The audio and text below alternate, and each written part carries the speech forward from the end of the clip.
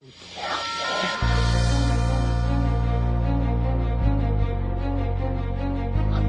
out, man. You can't handle the truth.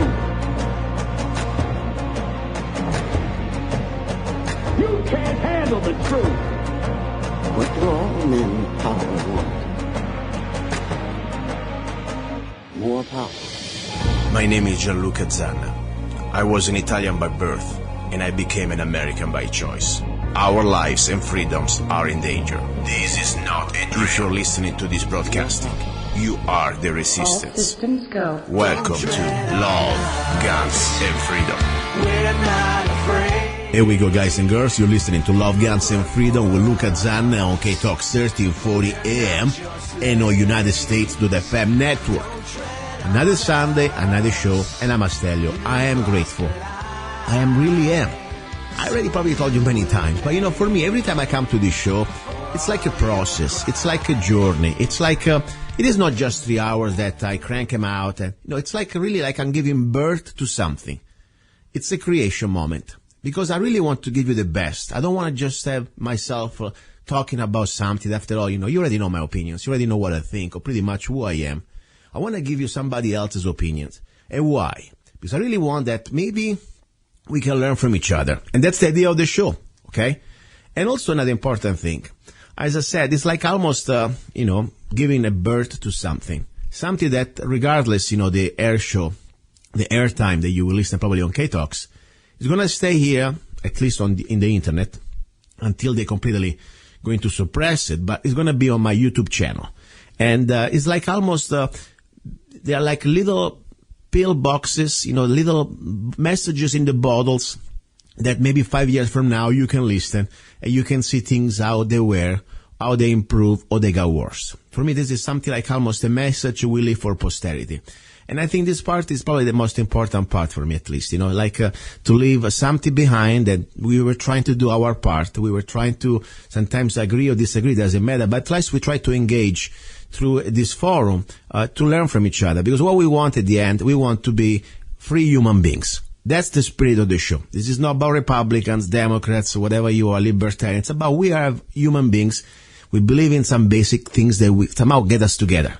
We have a language, even with different accents, but we speak English. Because at least in this country, we can understand each other. I don't want to try to sound like, oh my God, you have a right wing. No, it's about communication.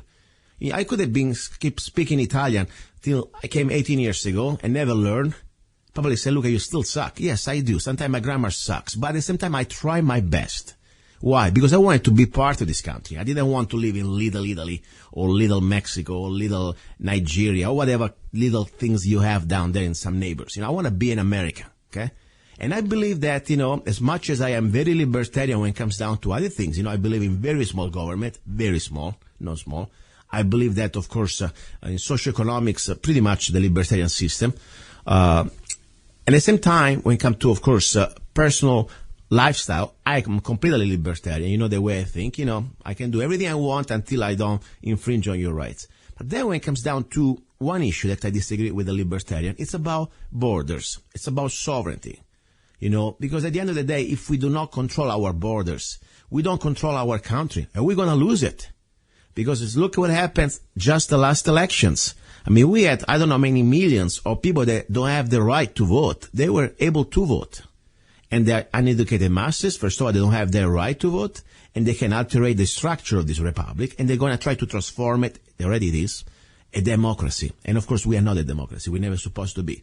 So that's why it's so important to control sovereignty, to control our borders, to control, of course, who comes here. Because this is not your right. It was not my right. I wasn't born here, for God's sake. So yes, I would like things, maybe one thing I ask, if we could improve it, to make it fair for everybody. That means, I don't want to be treated like they can throw the book at me. I come from Europe and I had to go through 7 years of torture with paperwork and different things. And then somebody else gonna pretty much get, a special treatment just because jumped the fence. That's not right. We should all be treated equally. Maybe make two things a little easier, but still, it is not your right. It was not my right. To come to America, it is a privilege, unless you were born here. Let's spell it out, okay? And this is coming from a former immigrant. Now, Let me shut up. I'm very excited today. I found on Facebook one of my really first people that I get in contact when I started to get involved into this movement to try to expose illegal immigration. And this gentleman that now, of course, we're talking about 12 years later. We didn't talk for 12 years. We shared and some moments. We didn't spend much time together, but we shared some moments that were very intense on the streets of Los Angeles, surrounded by a complete army. I'm talking about probably more than 800, let's say numbers, more than 500 for sure. We will ask now to him, of very mad illegal aliens or pro-illegal aliens, just because we were exercising our First Amendment on American soil. And the fact that this gentleman is an American, first of all, but just because his heritage, I don't call him Hispanic American, like I don't want people calling me Italian American. I'm a white American, that's fine. Or you want to call me an American with an accent, that's fine. His heritage is Hispanic, but he's an American, period. But, the fact that he was there with us, and he was speaking his mind, guess what? You know how many names they can call you when you don't side with them, and you are somehow siding for your country. Anyway, his name is Vince-Estrada. And Vince, are you there?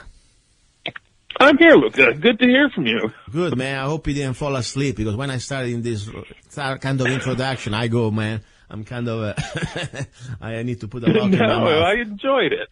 Good. Listen, first of all, Vince, where are you right now? Because I know last time I saw you 12 years ago, you were in California. Now, where are you?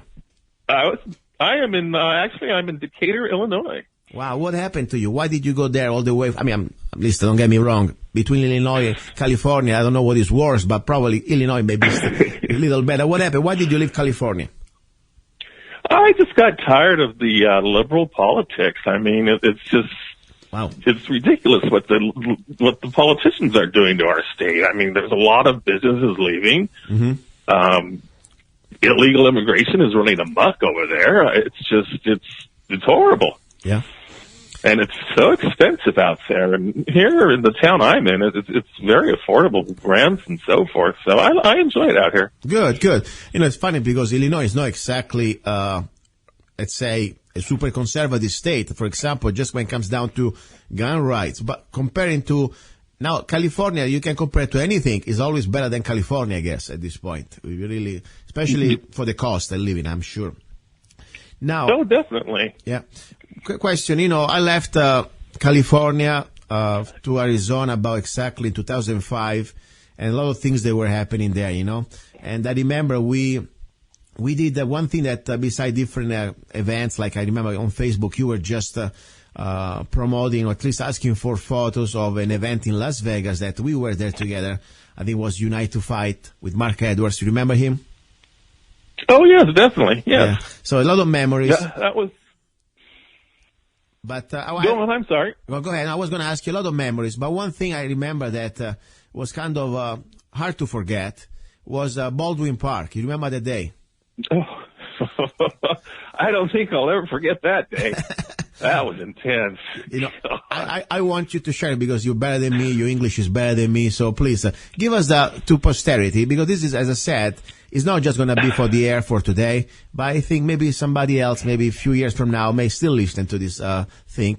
And let's remember exactly in 2005, am I right? That was the year. I would like to remember also the day, and I will find it right now. But give us like a little romantic story. Why few American people with different ethnicity, different colors? There were some black, there were some white, there were some Hispanic.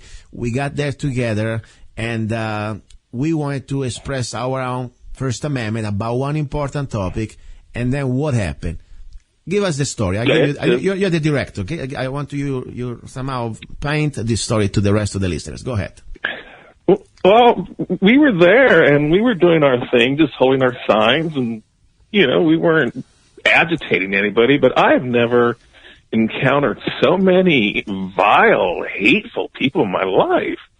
And me being Hispanic and having, I guess you can call it olive skin, they single me out and all the other Hispanics, and they just can't stand it. And it was, all I can say is, wow. I mean, we were called every name in the book. We were flipped off.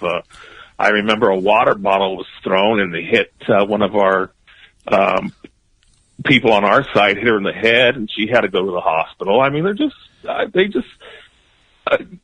just think it's their country and they want it back. I mean, it's just, I don't understand it. I mean, you're in America. Follow the laws of America. You should be grateful to be able to be here. But my whole point is you need to do it legally. Yeah, and also let's remember exactly why we were there. I mean, Baldwin Park is a little part of Los Angeles, mostly, let's say Hispanic area. Many of them, I don't even think speak English very much. It's, as we saw, they were completely waving Mexican flags.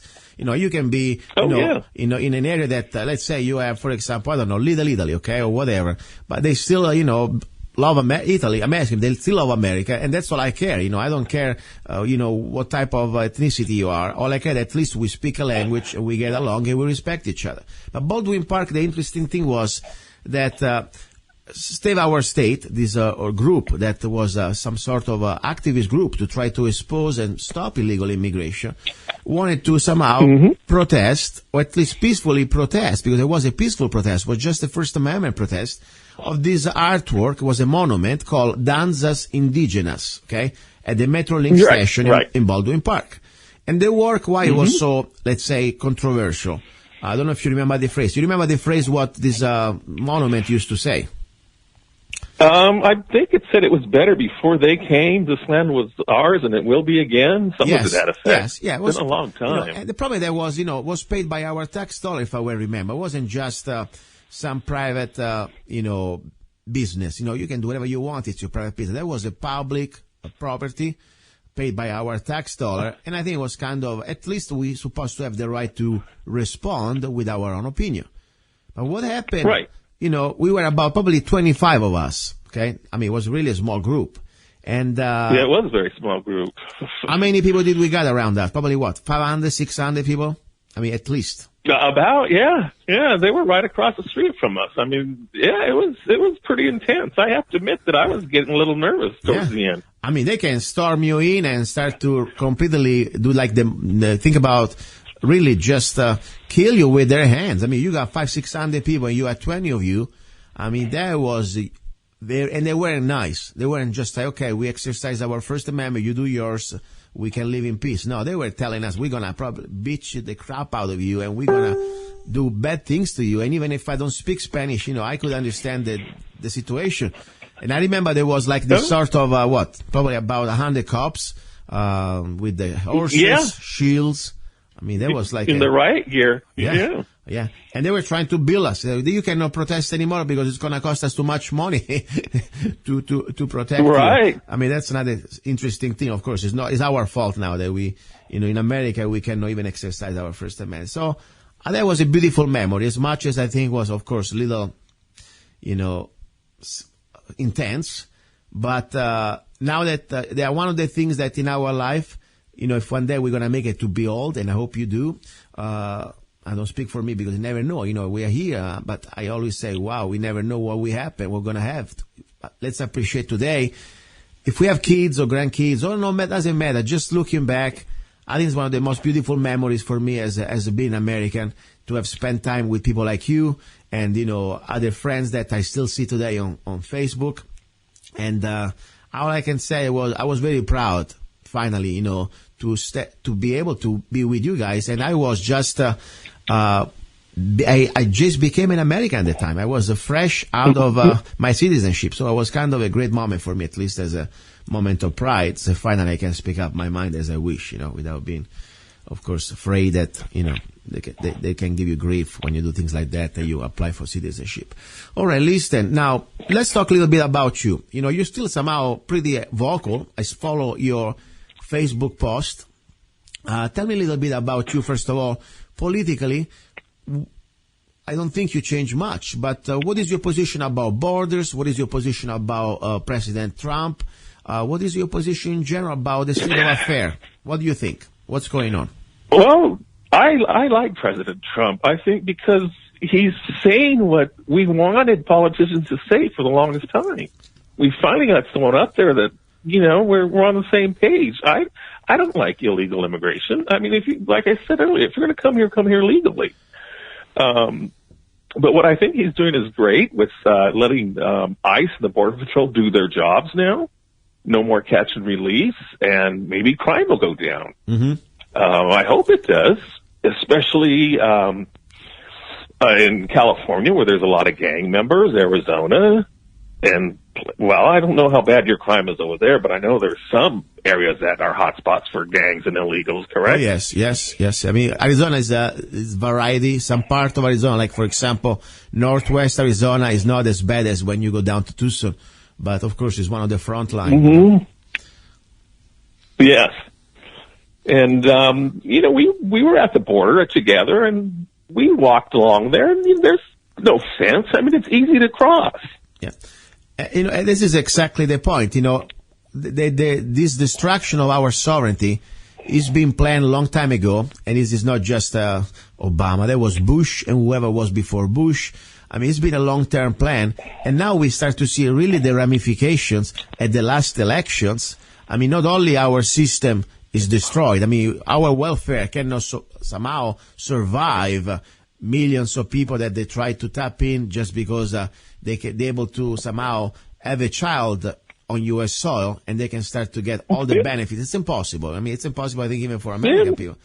But the worst part is the elections. I mean, they can vote. Oh, yeah. They voted this election. Don't you remember? Oh, yeah. Yeah, I do. There was a lot of voter fraud, and I was getting really nervous towards the end because all the pundits in the polls were saying that Clinton was going to win. She had a 90% chance of winning, and then I didn't stay up to watch the results because it was really late out here in Illinois, so I got up the next morning and found out Trump was president. I was just elated. I was just thrilled. I mean, it would be the end. I mean, I'm not saying that Trump can make miracles because there have been too many years of destruction. And, also you need to work with Congress. So it's not just you can do everything, but at least we have a little hope.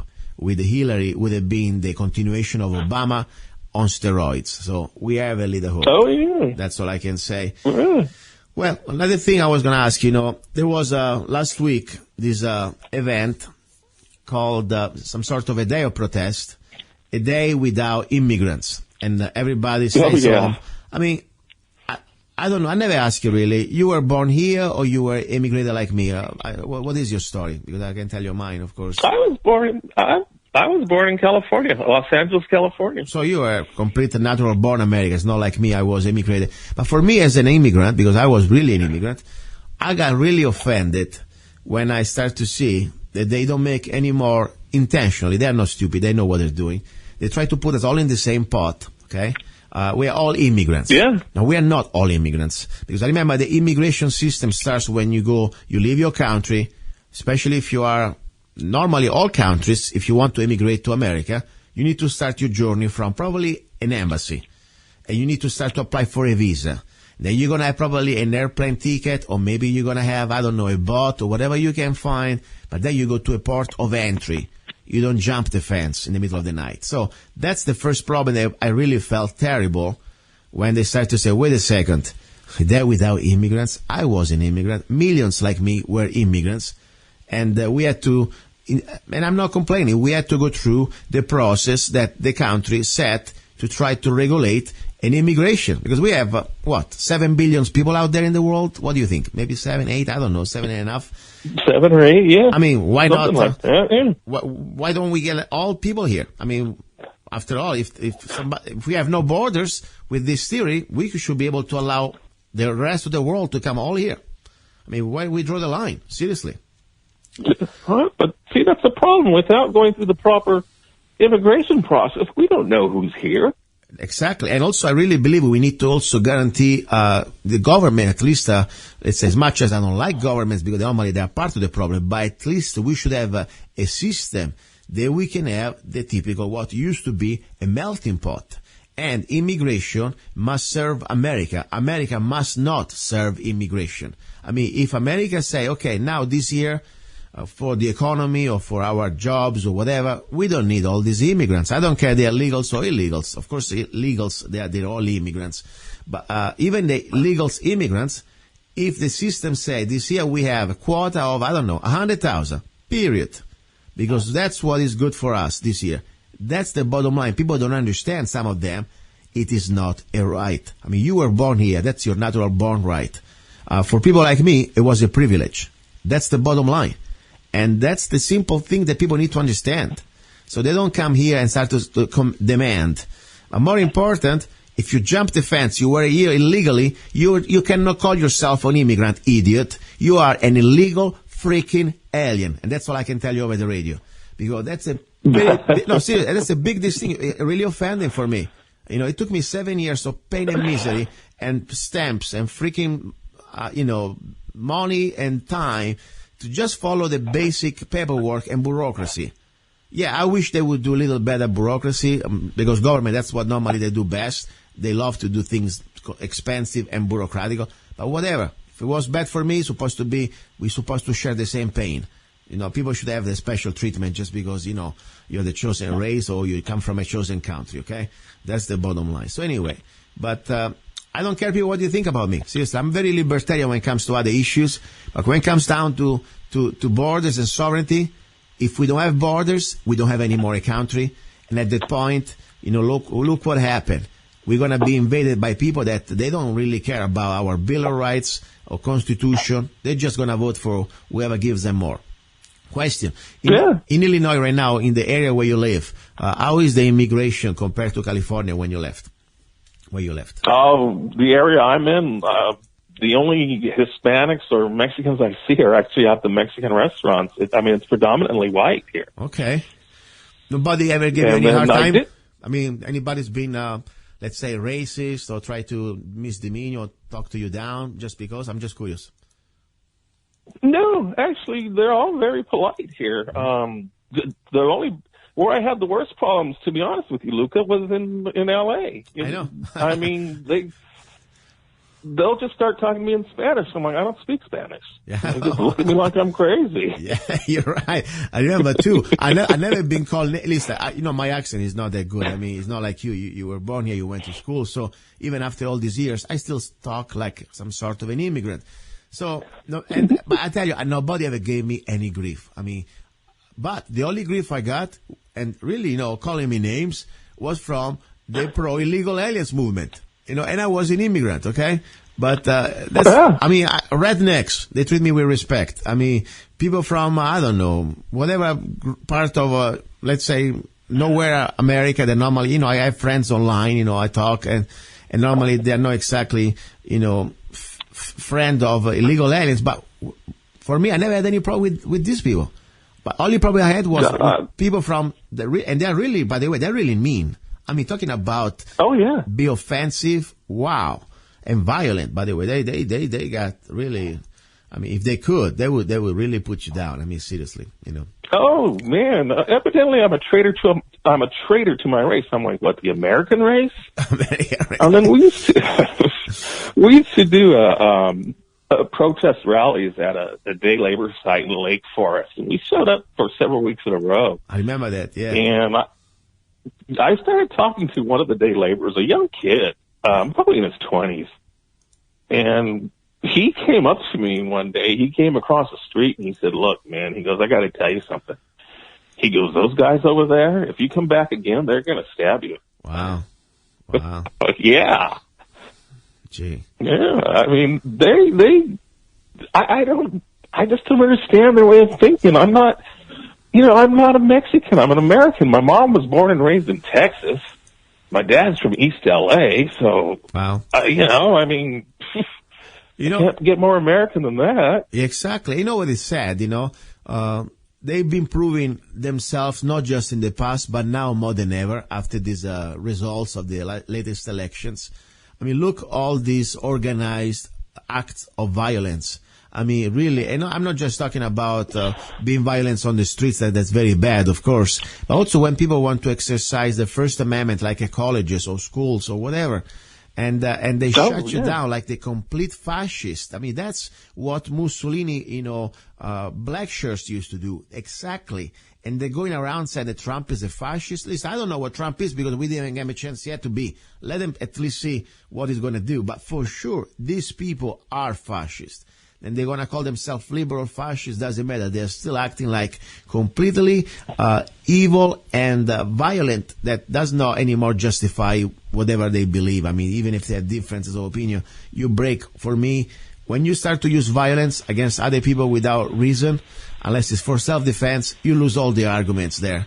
But we're at this point. I mean, really, I believe that they're trying to push for civil war. What do you think? I mean, is this something possible they're trying to plan? Because I think Soros behind is pushing with Obama to try to somehow create a sedition here. What do you think?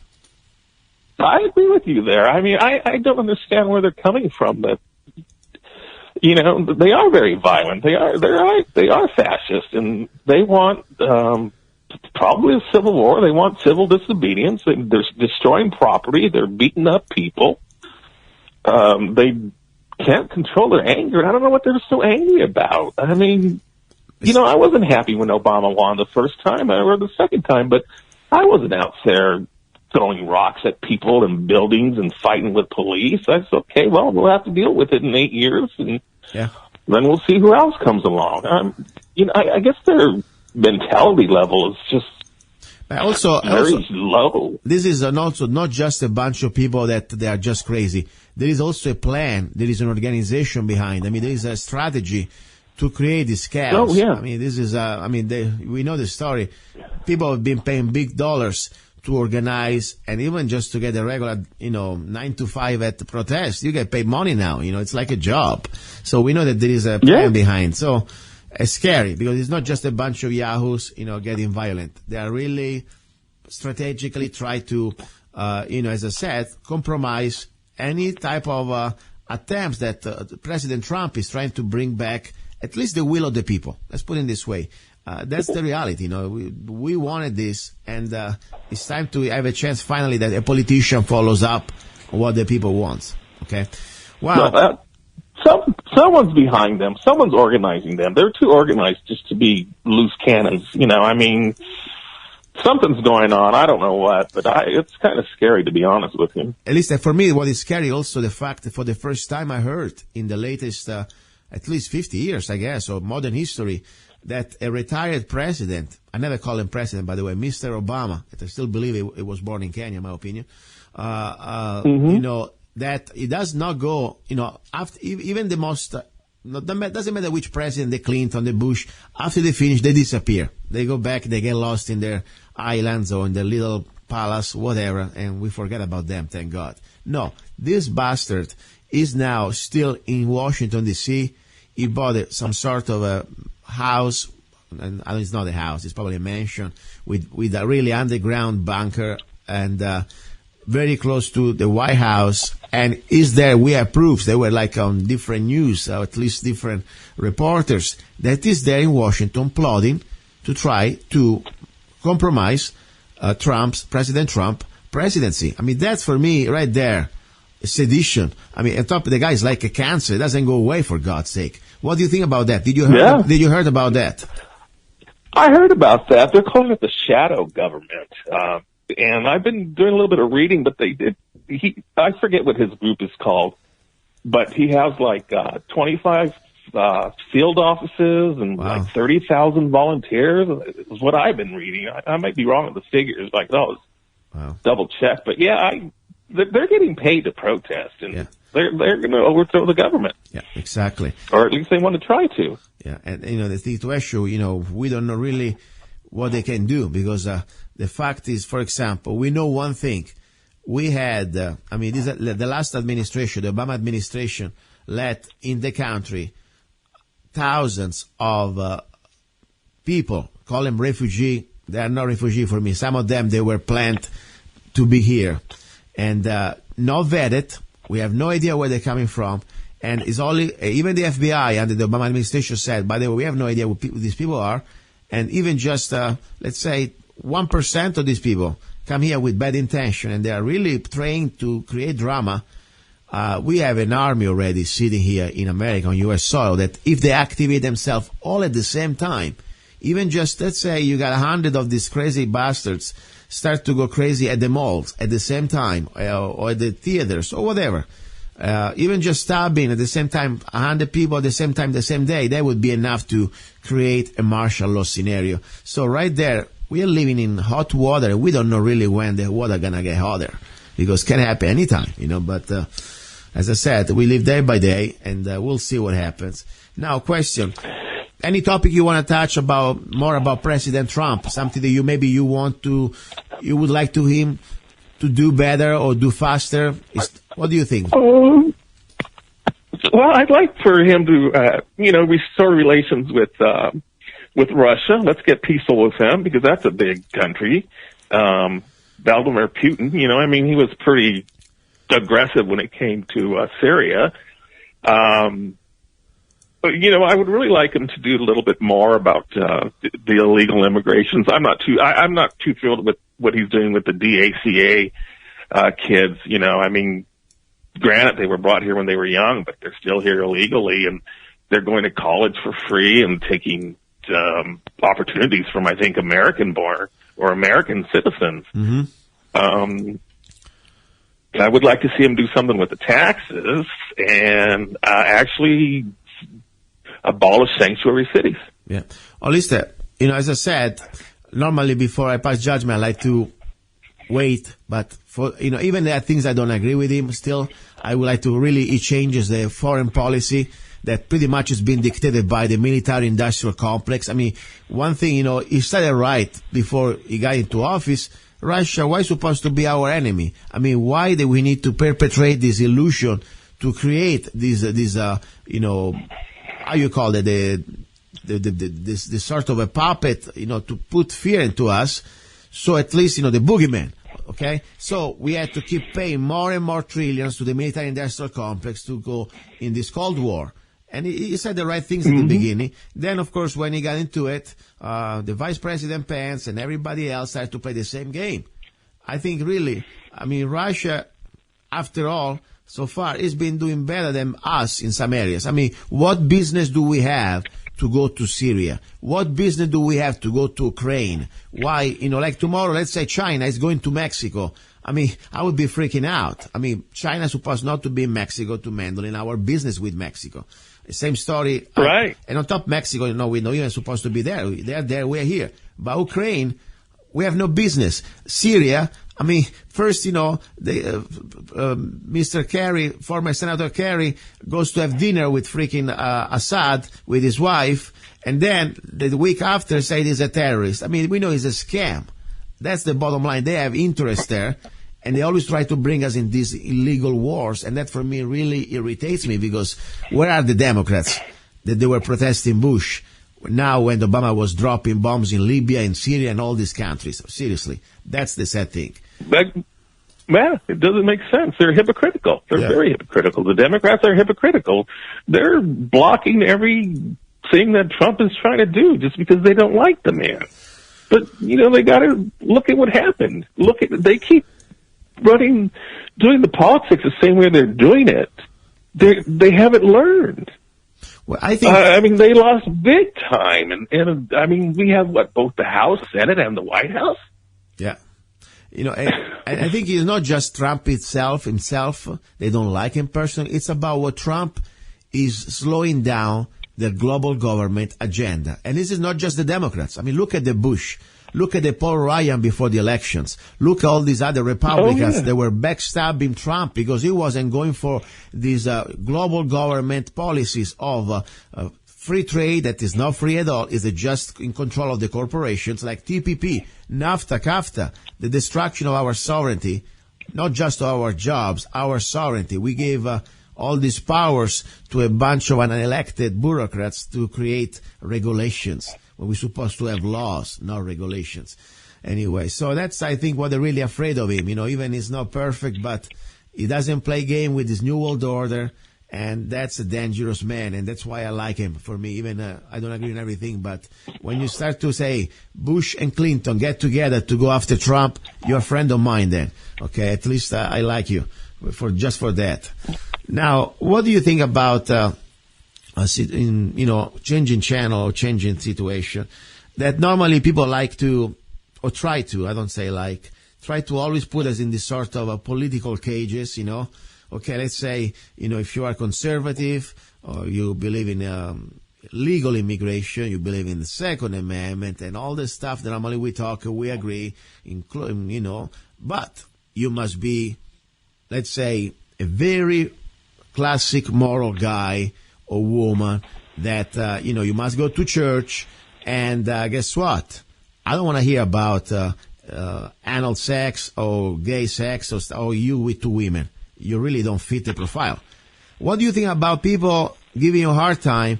Because I heard, and I don't want to try to make a case, because honestly for me it's nothing sensationalist. It's your personal life. I couldn't care less. I mean, I'm happy that you're happy, but I like to bring it on because I feel always so disgusted when I see people try to pass judgments on somebody else's life, especially when you not try to involve them. I don't think you say, come with me. I know that you're a gay man, right? Right, yes. Good. And what is the point for people what type of grief are they giving you? I mean, I heard that on Facebook a few weeks ago, some of your friends, I guess, they were giving you some hard time. What type of hard time and why? Well, they just, I've had some conservative Christians unfriend me because of it. And, wow. That's it's my business. What I do in my private life is up to me. I mean, I'm still American, and I mean, it was such a big step for me to go out there and rally and protest with you guys. I proved myself that I can do something, but I got a lot of grief growing up in high school, the name calling and whatnot. But, then people realize that I'm human, and, it doesn't matter. I mean, my whole family knows. I'm out to everybody, and they accept me. I mean, they love me. Listen, I don't see really. That's. It's insane. It is insane. The fact that, let's say, I'm different from you, okay? You're not doing anything to me to change my life. Let's say tonight you have your boyfriend or whatever relationship you have. What is going to change to me? Nothing. I still go home and I do my life. So, and I don't care if you're straight or lesbian or gay or bisexual or trisexual. The fact that all I ask, and I would say the same thing to a regular couple, a straight couple, just please don't do it in front of me. Because, maybe I don't want to see you, go pay for $50 for a hotel and go to do it, your French kiss in the hotel room. And I would say that to anybody. I don't care if you're straight or gay or lesbians. But beside that, when we respect each other, we do not impose our own lifestyle to others. I hate the idea of bigots, and I call them bigots, and I have on the show people that normally I respect many things, but I hate the idea that they go out and they try to preach their lifestyle is the only lifestyle we're supposed to follow. And not only that, they try also to legislate. That what really freaks me out. Because that for me, there is no difference between that and the Taliban. The only difference that, according to the Texan law or some other state law, technically, if we didn't have a Supreme Court case reversing that, people would be spent time in jail if you have anal sex, not just with guys, by the way, even with women, just to let you know. Right. I mean, that's scary. I mean, what the heck? What is the difference between us really and going to the Middle East in some of these countries? I mean, that's insane. So that's why I wanted to. I don't impose my lifestyle on anybody. I mean, you are who you are, and I don't like people imposing their beliefs and religion on me, especially religion. I believe in what I believe in. You believe in what you believe in. Exactly. And also, I'm not an expert. I call myself a Christian, but I'm different type of Christian. First of all, I have no pastors, no preacher. I don't have anything between me and God, because whenever there is a middleman, there is a scam, in my opinion. But that's just me. So I don't go to any churches. Even sometimes I know that there are some decent people out there, but still, I don't want that type of middleman. But bottom line is, all you have to do is read Jesus Christ's message. Jesus Christ was, let's say, forgiving everybody, and more importantly, always said, don't judge others. Because before you judge others, remove the log that you have in your own eye, moron.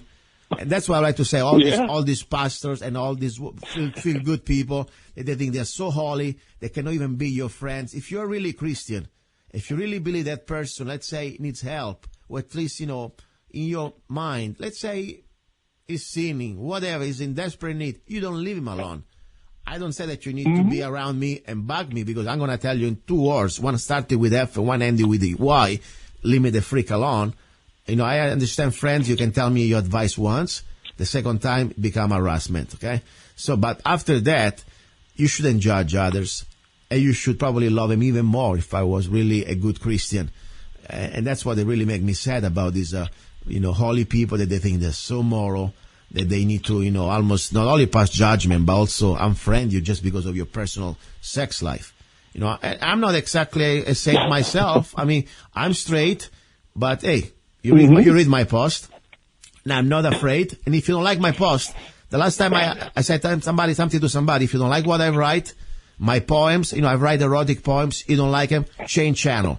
Unfriend me. I couldn't care less. Unfriend me. Exactly. It was so funny because when I finally came out on Facebook, a lot of people that I protested and rallied with were like, what? We had no idea. And so what? I mean, so what? Yeah, they said, we don't care. You're still a great patriot. I said, we were happy to have you with us. For me, it's so completely, the only reason why I want to bring you on this topic, because I need to, not just talking about you, it wasn't about you, talking about them. Because for me, honestly, I couldn't care less. I mean, I don't even think, because I don't even visualize it. It's your private life. Tonight you had pasta and wine. It's your life. All I want to know that you're a good guy and we share the same cause. We share the same values. Or at least, the things that belongs to us as Americans. I don't say that we need to agree on everything, but at least, we put our heart and our soul in the things that we love in this country. And that's all I care. And we respect each other. Yeah. And I remember you exactly. when we were on the street or we were doing protest. You never did. You were the most, probably one of the most. I always remember you also very dressed, always elegant. And I mean, even seriously, you got your shirts. I mean, you were always very classy guy. Okay, we were in the middle of the street, hot. I mean, I never saw you like disrespecting any one of us or start to get out naked and start to do kumbaya, with a rainbow flag, okay? And trust me, if you wanted to do kumbaya with a rainbow flag, I couldn't care less. All I care that you don't show me your privates, okay? And that's it. I mean, you were great. I mean, what the heck? What is your problem, guys? That's why I hope you're listening. Some of you guys, you call yourself Christians. Please go read back the Bible. More important, the New Testament. And this is coming from somebody that doesn't know how to preach, because I don't preach. I barely can read English, okay, so I cannot preach. But let me tell you something. Jesus Christ says something that was very important. Not only he saved a prostitute. Okay, think about a prostitute. They were gonna stone her, say, wait a second, you bastards. Probably didn't say bastards, but you out there, throwing, if you have no sin, I want to see without sin throw a rock. So the point, everybody has a sin. Everybody has there some sort of things they need to take care of themselves. But more important, he said, before you judge your neighbor, you judge the other person there, look at the log that you have in your eye. Look at your life. Mind about your own problems, because you got enough problems. So that's really much what really disgusts me about these people. And that's why many of these churches, I cannot even get close. Because every time I go there, I try to even listen, and they look at you, oh, you're not married. Oh, what? Oh, you write erotic poems. Oh, you must be a perv. You know what? Screw you, I told them one time. Seriously. How dare you? Who made you my father? Okay, only my mother can tell me I write erotic poems and she doesn't like them. That's it. All right. Listen, I want to give you the floor. Whatever you want to talk, I give you the floor. I shut up. You mentioned me having the rainbow flag marching down the street singing Kumbaya. The only flag that I carry, Luca, is the American flag. I know that. That was a funny way to try to, sometimes I'm kind of a joke. Kind of like that. When we were at the Unite to Fight convention in Las Vegas, one of the guys that drove there with me, he had this beautiful American flag, big flag, and I got it and I was waving it. And the policeman came over, and Jim Gilchrist was with us, and the cop said, can you please put the flag down? I'm like, why? He goes, because they want to come over and basically beat the crap out of you because you're Mexican and you're waving an American flag. Wow. And he said, I suggest you guys go to the venue. So we put the flag in my car, we walk inside the venue. I mean, that's how awful they are. No, I remember that. I remember that situation. And you know what? I'm sorry that we follow the orders. I'm sorry that you follow the orders, because me too. One thing I regret. Sometimes people say we need to be the big guys. No. This is the principle. We are on U.S. soil, and the BS that we are supposedly going overseas to fight for our freedom, and we cannot even raise our American flag in Las Vegas, Nevada, because we are surrounded by a bunch of freaking yahoos, that they hate us. I mean, that right there, I would have, honestly, if I knew that today, I was there and I just saw when things were already done. But I tell you, and I was not even a citizen then. I was probably, I think I was just, 29th? When was the event? I forgot. God. I think it was just after the Minuteman Project started, about maybe 2006. It was the 29th of May.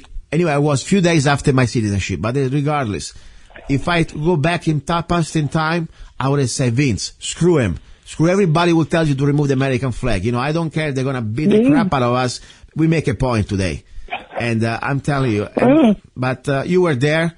And I tell you, and honestly, you know what? Let's say tomorrow you want to wave the I don't know, Martian flag or the Kumbaya flag. Who cares? All I care that you don't put it on my face. You should be free in America to wave your, some rainbow flag if you want to. I don't care. All I care that you do it, without invading my space. That's all I care. Seriously. I mean, I have no problems with that either, But, I remember the day. That was pretty sad how things, we had to do that to comply because the cops say, the cops should have arrested this bastard. That not come to us or come to you. That's the situation. Wow. Yeah. And then we went to another one, and this one guy was telling me he'd take me home so I can eat some rice and beans and get back in touch with my roots.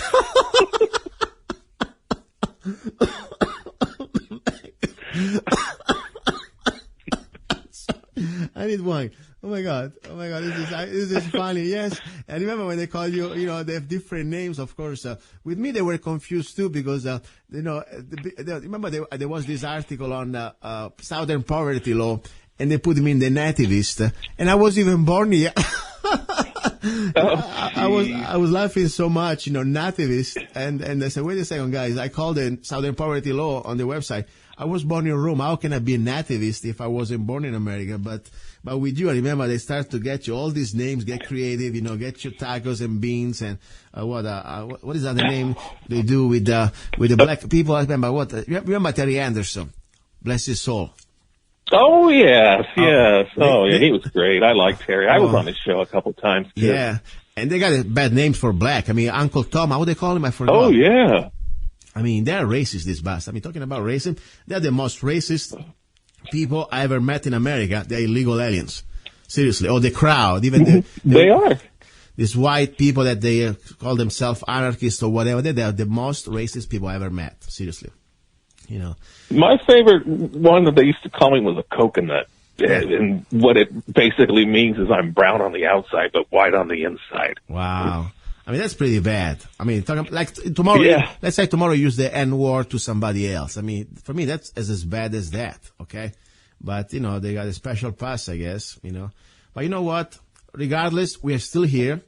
Regardless, we don't stop. And I tell you, I feel optimistic.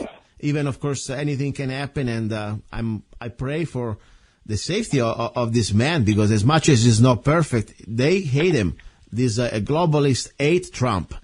And I hope they're not gonna kill him because I tell you, I'm everybody can be touched. I mean, the body's untouchable. I mean, the magic word, I have to say is grassy knoll, and everybody remember the drill, what they have to do. Okay, so and he has family. This guy, President Trump, is not just himself. They can say, okay, I don't care, kill me. He has daughters, sons, wife. I mean, that's the scary thing. I'm afraid. They can compromise him. That's why.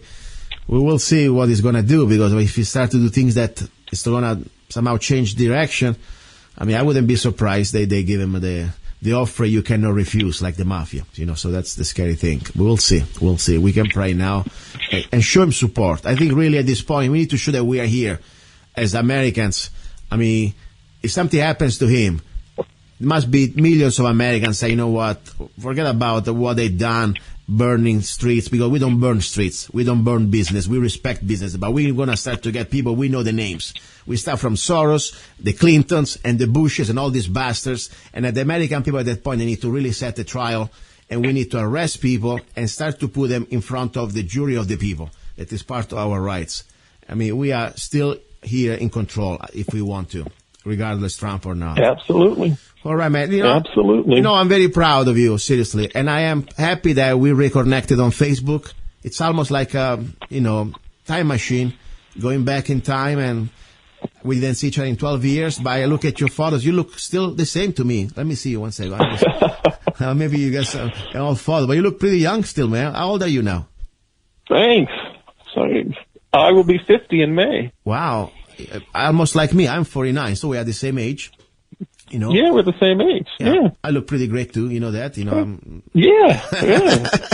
No, seriously, you age good, man. Some people age differently, but you're doing well. I'm glad. Look, I look at your photo right now. I mean, you got glasses, but you had glasses before too, right? Eyeglasses. Oh, yes. Yeah. Anyway, listen, man. I am. Just be in touch with me, and whenever you want to be back on the show, and what I would like to have really seriously is somebody from the crowd of the holy man, I call him, okay? The perfect holy man that they're going to go to heaven and they see the rest of us like just junk. I would like to have one of these guys. We have an honest conversation. I want to be fair. I'm not going to call them names. I really want to understand how their brain works, okay? Have him on the show, and I would like to ask him some questions. Say this, Luca, he needs to understand. Maybe he's not a good Christian. Maybe he doesn't understand everything about Christianity. But I would like to understand what really goes into your brain to put down Mr. Vince-Estrada for his personal sexual lifestyle. Why you had to be now unfriend him just because he's open to admit who he is as a human being. Why? I mean, after all, you're not going to hell. He's going to go to hell according to you, what you say. So what is the point? What is the point? Seriously. So if you find somebody that is, you still have a conversation going, say, look, I really would love to have you on the show. And I beg him because I would like, maybe we can learn from each other. Like the lady, for example, I had 2 weeks ago when we were talking about these anti-sodomite laws. At the end of the show, say, you know what, Luca, you're right. If I really believe in freedom, I shouldn't mind people what they do in their life. That's the bottom line. That's the bottom line. All right, man. Lisa, I want to thank you and be in touch with me, okay? I sure will. And meanwhile, I want to say everybody, Definitely. Thank you. And thank you for listening, guys. This is important stuff. It is beyond me and Mr. Vince-Estrada. This is about Americans. We get together. We may have different accents. We may have different background. We may have different food taste. You may like tacos. I may like pasta. But at the end of the day, you may be gay. I may be whatever. I don't want to go what I am. I like women, period. But the point is, guess what? We are Americans, and we unite together and respecting each other.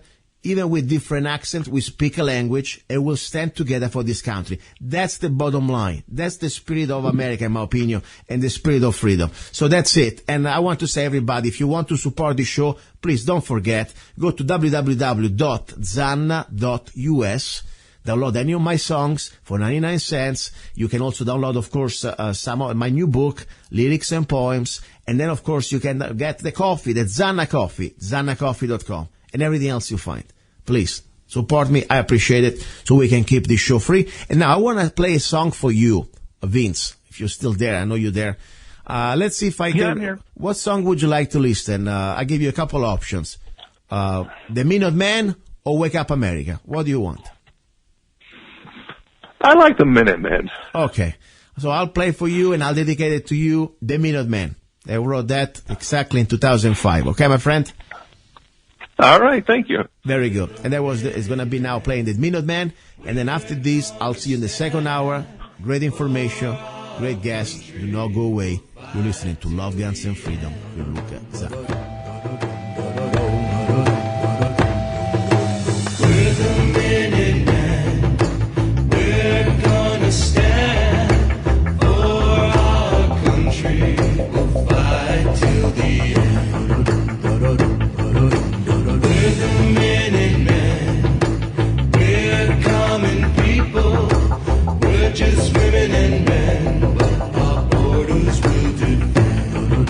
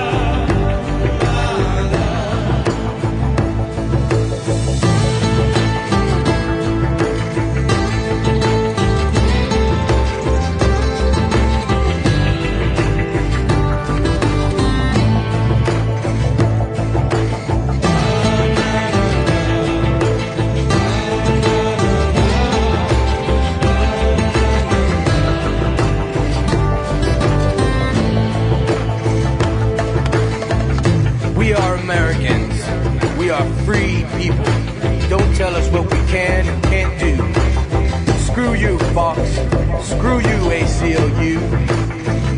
This song is dedicated to all the Minutemen and women that are standing for America. God bless you all.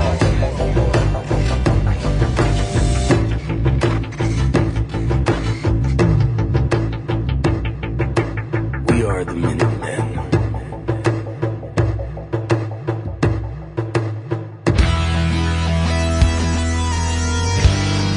You're listening to Love, Guns and Freedom with luca-zanna on United States.fm network.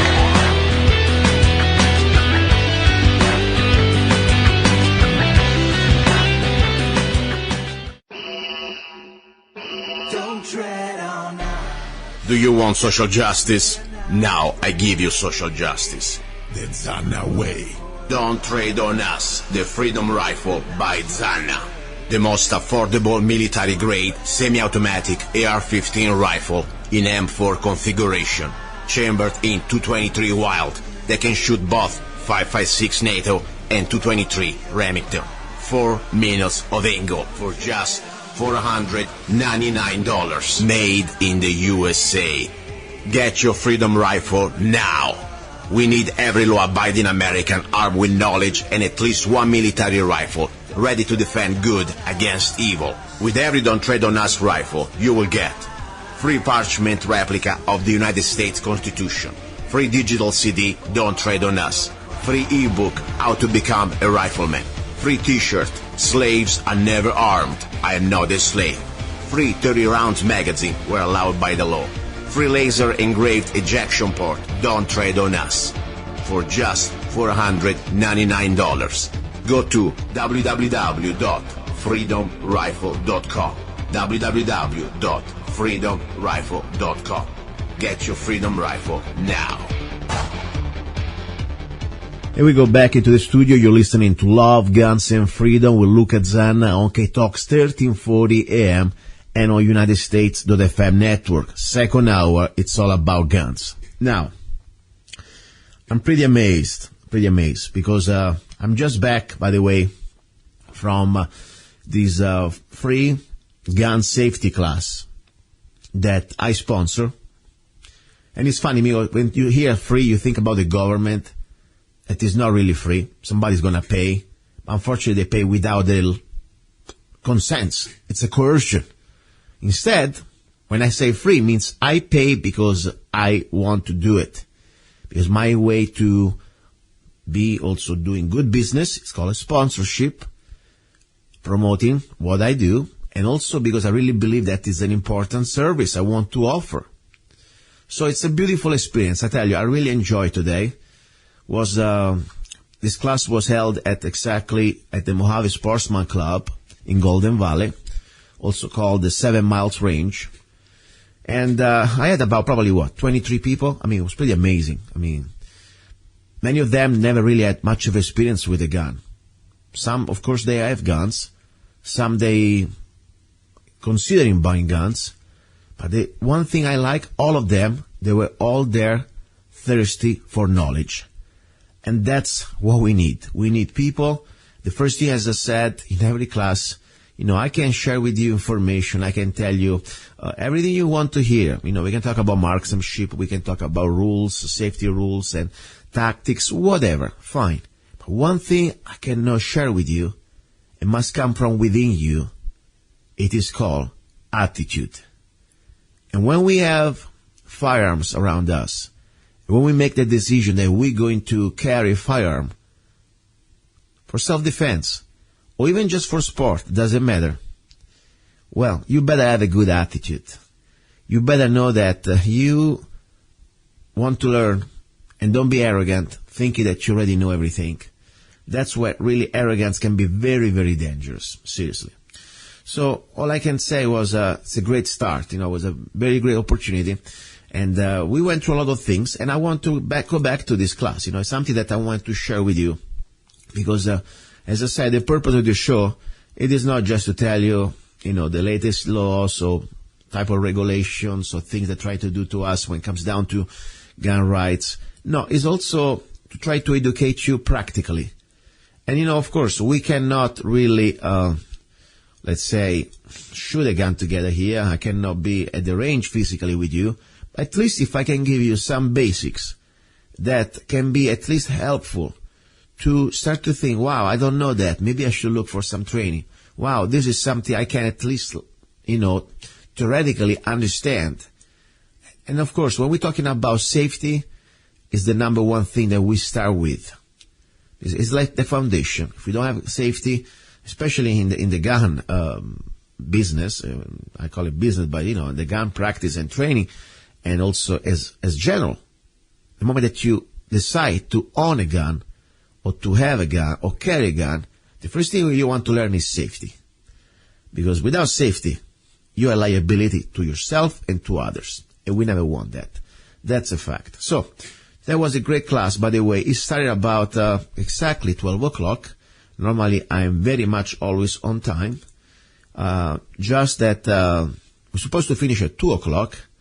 Guess what? When I do things, I don't do it just because I have to do it. I like it, and I give the best I can. And I stayed there till 3:30. Yes, we gave an extra 1 hour and enough. A lot of questions. People was very, very excited. And by the way, we have also now, that's the way business works. That's the way also I like to do things. I offer you something beautiful, free. I treat you like you were $1 million customer. Not because it's free, I was going to give you something just because. No, I brought today, let's say, probably about 10 guns. Between pistols, handguns, revolvers, a semi-automatic rifle, shotgun, bolt action. Because the purpose was to say, hey, especially if you do not have a gun, or if you're ever going to have, let's say an encounter with a gun, you must be able to somehow operate this gun in a safe way and keep it safe and make the gun safe, unload it, waiting for help or whatever needs to be done. But you want to be familiar with the gun and want to be safe. So I was trying to pretty much, just bring in all these guns. Tell you, it takes a little effort, a lot of boxes, And then we went through other many things I'll tell you right now. I want to go almost through a little bit of class. At least a recap where I left last time, okay? So it was a great experience. I really enjoyed it. And little tiring, I'll tell you, I talk for 3 hours and a half. I never sit down. And, we also do practical things. It's not just talking, but I love it, I tell you. And guess what? People are excited and say, wow, we want to do more. What do you have next? And the beautiful thing next, we have, of course, CCW classes. And already have a book, another class. And by the way, I would like to tell you this. This is very important news. If you want to attend the next CCW class in Arizona, here in Mojave County, it's going to be March the 25th. Yes, write it down. It's going to be a beautiful class. March the 25th, I will start at 10 o'clock from 10 to 2. And then we also have range time. That is no more mandatory, but I offer service free. Because I want to at least show me what gun do you have? What holster do you have? Remember, CCW class, I'm not going to teach you how to shoot, but the point is at least I want to see what you have. And maybe I can give you some tips. Okay, so if you want to join us for this March 25th Arizona CCW carry class, concealed carry class, please go to azccw.us or just email me. You can go through the website lovegunsfreedom.com and you can find my email. Okay, otherwise goes to azccw.us. It's going to be a great class, and I have a special, by the way. If you bring a friend that could consider like your partner. I mean, you can be married or not, I don't care. You want to bring a boyfriend, a girlfriend, or you are two girlfriends, couldn't care less. Just say, hey, we are together, we love each other, great. That's all you have to say. We love each other. Think about how beautiful. You love each other, and you get $20 off each person. Think about it. We offer this class for $85. It's an incredible price, especially for the hours that you get, for the class that you get. I mean, I got incredible reviews, and not just because I'm saying that, because I really see people at the end of the class say, wow, this is more than we expected. They have that extra plus information and knowledge that for sure it's hard even to assimilate sometimes, but at least they know what they don't know. So anyway, you get an extra $20 each off. Bring just a friend. Limited place. We're already almost half full. So that's my point. Now, let's talk about this gun safety class, because I really want that more and more people out there get this opportunity to become safer. Seriously. Now, last Sunday, we're talking a little bit about the beginning, somehow the curriculum of this class. Today I would like to continue. And one thing I wanted to start to talk about is gun stoppages, gun malfunctions, and ammunition malfunctions. Because unfortunately everything mechanical may fail. Even the ammunition, that technically they are not mechanical, but still, they can fail. So, why they are so important? Because safety issues, they are very much connected to, of course, gun stoppages, especially to ammunition malfunctions. Could become a very big trouble. And also, of course, gun malfunction. But mostly ammunition malfunctions are really what can be worrisome. So let's talk first of all, what is a gun stoppage? A gun stoppage is, let's say, an unintentional interruption of the operational cycle of a gun. Wow. That's pretty much what I memorize this stuff because, I like to be as professional as possible. An unintentional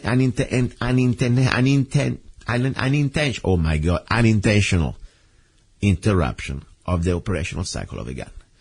So the beautiful thing about stoppages, though, can be clear quickly, okay? And there are three different types of stoppages. They call also malfunction, but I call them stoppages because it's something different from the malfunction. We will see now. Stoppage type 1, stoppage type 2, and stoppage type 3. So, for example, stoppage type 1, you may have a round that is not chambered.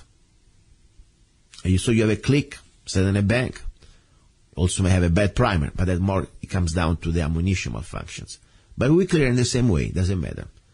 And of course now I cannot show you how to clear stoppage number 1, but if you go to azccw.us, you go to the videos, you can see how to clear stoppage type number 1. Stoppage type number 2, stovepipe. You have the little empty brass sticking out the barrel, stuck almost outside the chamber, that it doesn't really get ejected correctly. And you gotta clear it. And at that point, you will clear this one like type 1. And normally, what do? We tap the magazine, we rack the slide, and we tilt the gun about 45 degrees, enough to help gravity to eject whatever is stuck there. That's the idea of stoppage number 1 and stoppage number 2. And you start slowly. You do this, of course, always with the supervision of somebody's going to show you how to do it correctly. And at the beginning, I would say do it without live ammo. Use snap caps. Or use just empty brass if you have to, okay? And especially for the stovepipe, that would be perfect. And at that point, then you can practice with the live ammo at the range. Stoppage number 3. That's pretty much the mother of the all stoppages, okay? You have double feed. That means you have one round in the chamber, and then you have one round stuck behind. And then you have a magazine loaded with more rounds. So it's kind of tricky. But with training, can be clear. It is also a standard. For example, I like to do this with standard. Normally we can clear malfunction number 1 and 2 in 1.5 seconds. You should be able to deliver, and if you have to shoot, you should be also incorporate that time in the shooting time too. But at least clear it in 1.5 seconds. Malfunction number 3, stoppage number 3. Well, it takes a little more time. Normally, if you have a backup gun, I would go for it. But if you don't have it, you still must learn how to clear it. I'll give you an idea just right now, visualizing it. It's kind of hard to visualize this. You need to really watch. I have a beautiful video, by the way, that I did a few years ago, how to clear a stoppage number type 3. First of all, you look and move. You look inside the chamber, and you see the condition of the gun. And you see, wow, I have a double feed, stoppage number 3. Why you also move? You move from the line of fire. So you don't want to get stuck there statically when you realize that you have a stoppage. Move. In the real world, you would run if you can, but at least at the range, you move a step. So look, and move. Then you lock the slide. Otherwise, you're not going to be able to remove the magazine. Lock the slide, remove the magazine. There are two techniques. One, you drop the magazine. One, you keep the magazine and retain it with your pinky finger. You have to watch that. Kind of hard to describe over the radio, okay? The idea that you retain the magazine. I don't like to drop a full loaded magazine on the ground, honestly. I like to retain, but you train with both ways.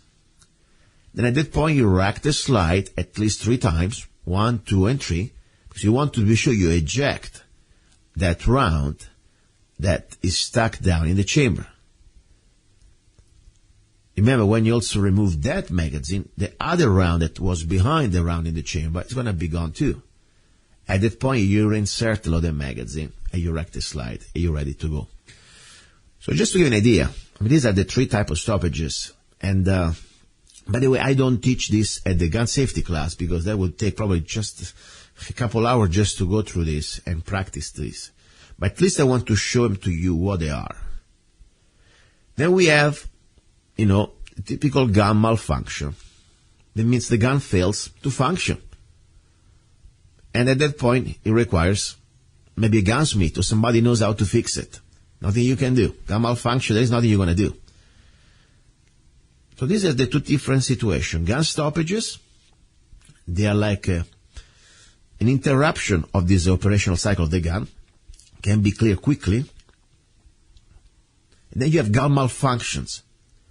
If the gun fails to function, you got to really change. You got to have another plan. Hopefully you have a backup gun. Okay?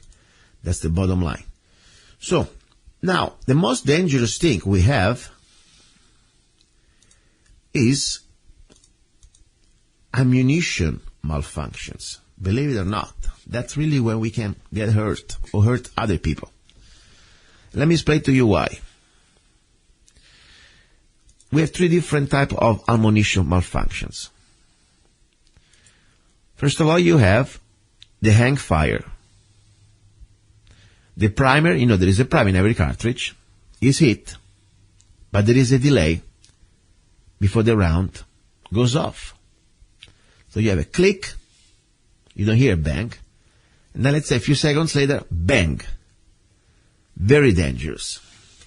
Because if the primer has a delay to ignite the powder, think if you start to move too quickly or too early, the gun maybe back into your holster or maybe, point in a direction that you're never supposed to point anyway. So, you understand, the hang fire can be, misfire can be, hang fires can be pretty dangerous. So what do you do? How you treat it? You keep the muzzle in a safe direction for at least 60 seconds. Because at that point you give the chance to the primer to say, okay, maybe now it's going to go off. So hang fires, there is a delay, the primer going off. Misfires is when the hammer strikes the primer, but the primer does not go off completely. It just doesn't work. But still, you don't know. It may go off pretty soon. So what do you do? Same story. You keep the muzzle in a safe direction for at least 60 seconds. Final, probably one of the most dangerous, is called the squib. S-Q-U-I-B. But this is when the round goes off, but maybe you don't have enough powder into your cartridge, and maybe you just have only the energy generated by the primer. So what happened? You first of all, you hear a sound like almost a whistle, like almost a very specific sound. There is no real bang like normally you would have when there is the powder. You would have probably much less recoil because there is no powder after all. Why the squib is so dangerous? Because the squib can leave a bullet in your barrel. Think about it. If you just shoot a 1 round only, let's say you have a, single shot rifle. That's all right. Still, when I get stuck with something obstructing your barrel. But what if you have a semi-automatic gun or rifle? After you hear the first squeak, and you don't realize it's a squeak, you don't realize that you have a bullet now stuck in your barrel, what if you shoot another round? You have a big, big problem coming. At that point, a second bullet may destroy your barrel, and of course, they may also harm you. It could harm also who's next to you. So that's very important. That's why you gotta learn these basic things, at least to know, say, you can distinguish a hang fires, a misfire, and a squeak, and you treat them all in the same way. You keep the muzzle in a safe direction for at least 60 seconds, and especially with a squeak, do not attempt to shoot any other round. If you hear something that sounds like a squeak, don't shoot. Stop. Wow. This is something that probably many people may already know, and I hope so. But believe it or not, today at the class, I think 80% of the people have no idea. I say 90. And that's good, because that's why I'm doing these classes. Okay? I mean, I don't mind to repeat things people already know. That's fine. But the point is, I want to know at least that somebody get benefits, and I like that. Now, important thing when it comes down to ammunition malfunctions or gun malfunctions, if you are at the range, okay, and you have a live round stuck into your gun, you do not leave that gun. I mean, you do not leave with that gun until they are completely, you have cleared the round. Even if you have to get a gunsmith at the range, I don't care. I mean, I'm not talking about when you have your gun that you're in a hot position, you're back into your holster, especially when you carry, that's fine. I'm talking about a gun that you know that gun is a round stuck there, a situation is supposed not to be stuck. And by the way, in some states, you may also break the law if you run around in your car with a loaded gun, like a rifle, with a round in the chamber. Also is a factor of extremely danger. So you want to be sure that you're able to remove that round and clear that rifle or weapon or gun that you have. Okay? Something like that. All right. Now, I want to go to the next chapter, at least the next part of the curriculum, how to safely store any firearm. Because believe it or not, sometimes we forget that, big part of safety starts at home. I mean, how you storage your guns. Okay? So let's take a 1 second break. And don't forget, by the way, please go to freegunsafety.com, and I will post, by the way, there, the PDF file of the curriculum of the class that normally I share with you. Now you have the bulletin points. By the way, they're like about 30 pages, but I'm writing out of this like an ebook. Very simple ebook. It's going to be about 120 pages, though, with all the free gun safety class, and it is completely free. Yes, it's free. It's my act of love for you guys. And I don't care where you are, if you are in New Zealand, if you are in Australia, or if you are in Arizona, or if you are in Nebraska. If you have a gun, I want to share with you everything I can to make you a better gun owner. That's all I can do. It's a free gun safety class. And right now, you will have all the mostly bulletin points. And of course, there is also some part of some Arizona laws when it comes to transportation. But the mostly is going to be about safety on every issue. Inside the house, outside the house, on the road, and also at the range. So that's pretty much the story. All right, little break, and you come back with me, and we continue this conversation. And by the way, I have incredible final hour with always crazy guests and things like that. You're going to love it. Do not go away. You're listening to Love, Guns, and Freedom. It is time. Get your Arizona Concealed Carry Permit now with Arizona Concealed Carry Permit by Zanna Enterprises, LLC. Become a more responsible and educated gun owner. Carry legally concealed in 35 states. Carry permitted in restaurants where alcohol is served. Learn where and how you can legally carry a firearm in Arizona. Learn where you can use deadly force. When can you display your gun or not for self-defense? Learn how to deal with law enforcement while carrying a firearm. Learn how to be aware of your surroundings and how to avoid a confrontation. buy your gun without waiting for a background check. Get your Arizona concealed carry permit now. Go to www.azccw.us. Go to www.azccw.us. Free for single mothers and people with disabilities. We are back. You're listening to Love, Guns, and Freedom with Luca-Zanna on K-Talks 1340 AM and on United States, the FM network. Second hour, it's about guns, especially we will talk about training.